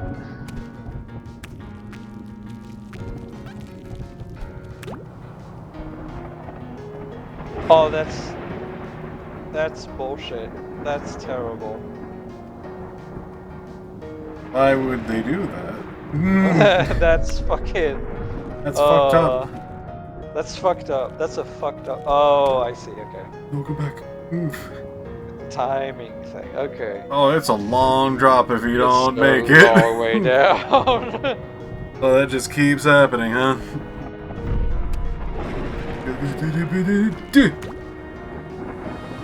Move.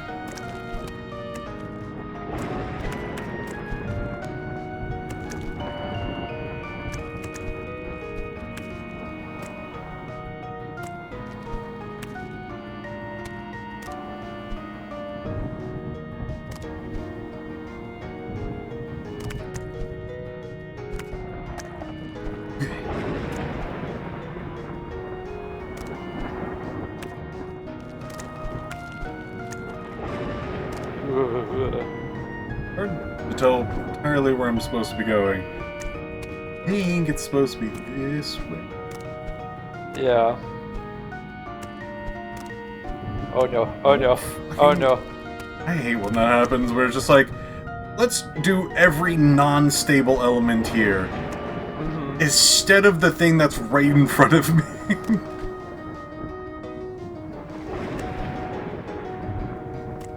Like, nothing you really do game, like... Oh no. Let's see how far back we go if we just, Dang, they let you fall for a while. Oh, I'm actually farther than I thought. Tried to not be near the crumbling parts.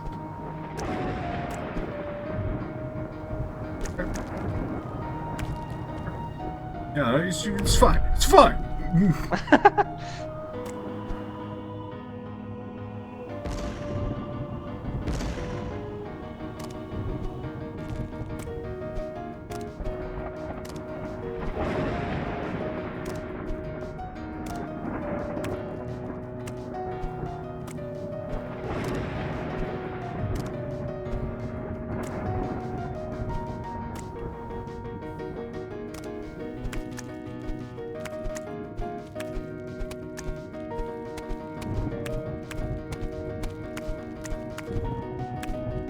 But where am I supposed to go?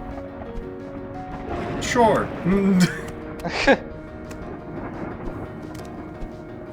This looks up. Vaguely. It's different than before, different assets.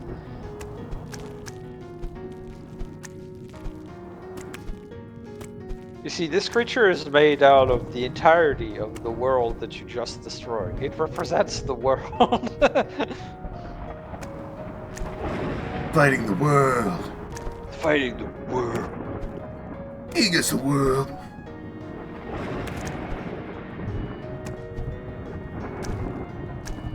Me and Scott Pilgrim, we understand each other.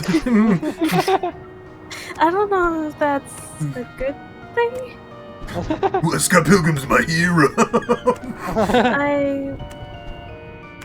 He gets all the chicks. He gets specifically one chick. I don't know.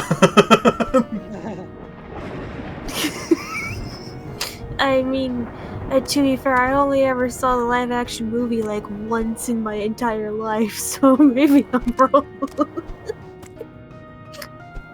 By the way, this is a joke. I am making my joke statement. This is a joke. Just so that way everyone knows. It's like, I've actually never consumed any Scott Pilgrim anything. I know there's a cartoon now. You know what's funny is that the cartoon just wildly goes in a completely different direction. Really? Yeah. What direction it goes in? You want me to spoil? I don't think I'm gonna watch this Okay. Pilgrim cartoon. If anyone doesn't want spoilers, I'm Speak sorry. now or like don't, I guess. Yeah. Just like Plug your Oh. ears. just plug your ears for just like a little bit. So like again, I haven't watched it, but Scott Pilgrim dies Oh! and stops being the main character. Oh. They just like kill him off. Damn, alright. So it's like wildly different. Damn, alright.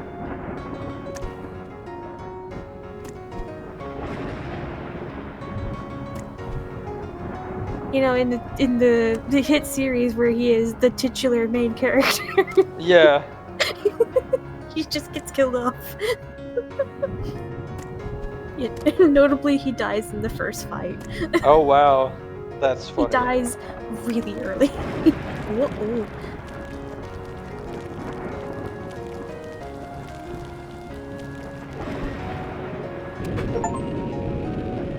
There you go. There's Oh, Star. nice. God.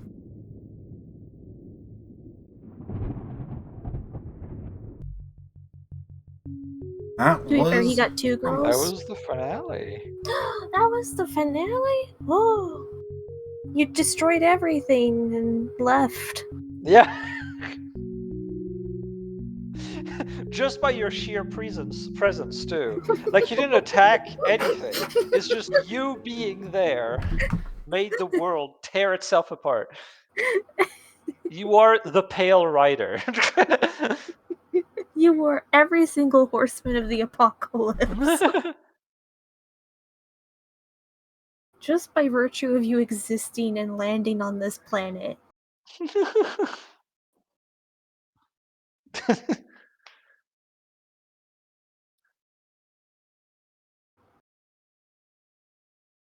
okay. So the rest of these achievements seem to be collecting like skins and those little guys. Mm-hmm. So it's a look up or treasure hunt sort of thing, and there's also one achievement that is very interesting. It has to be some sort of thing. Houston, we have a problem is the name. Description: leave the orbit of the hub world. Oh. Leave the orbit of the hub.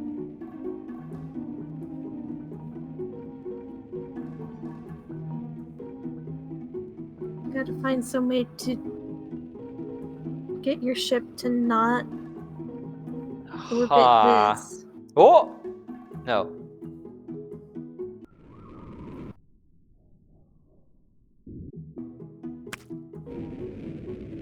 Wait, hold on. Hub world. Oh! You have your little planet. You have your own little planet. You just roll around in.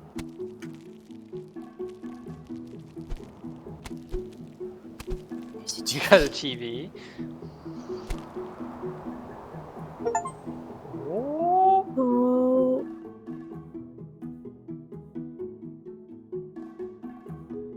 I guess you did it. Space!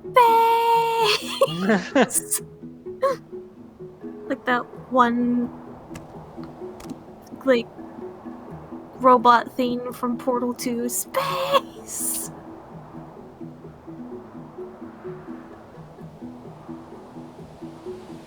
You are moving. Are you moving towards the sun? Thank everyone for watching.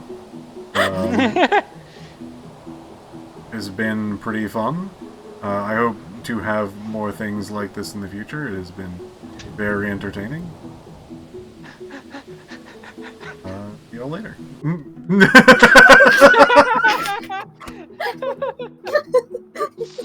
I didn't even press save. That was just what the game did. Alright, bye. Bye. Ah.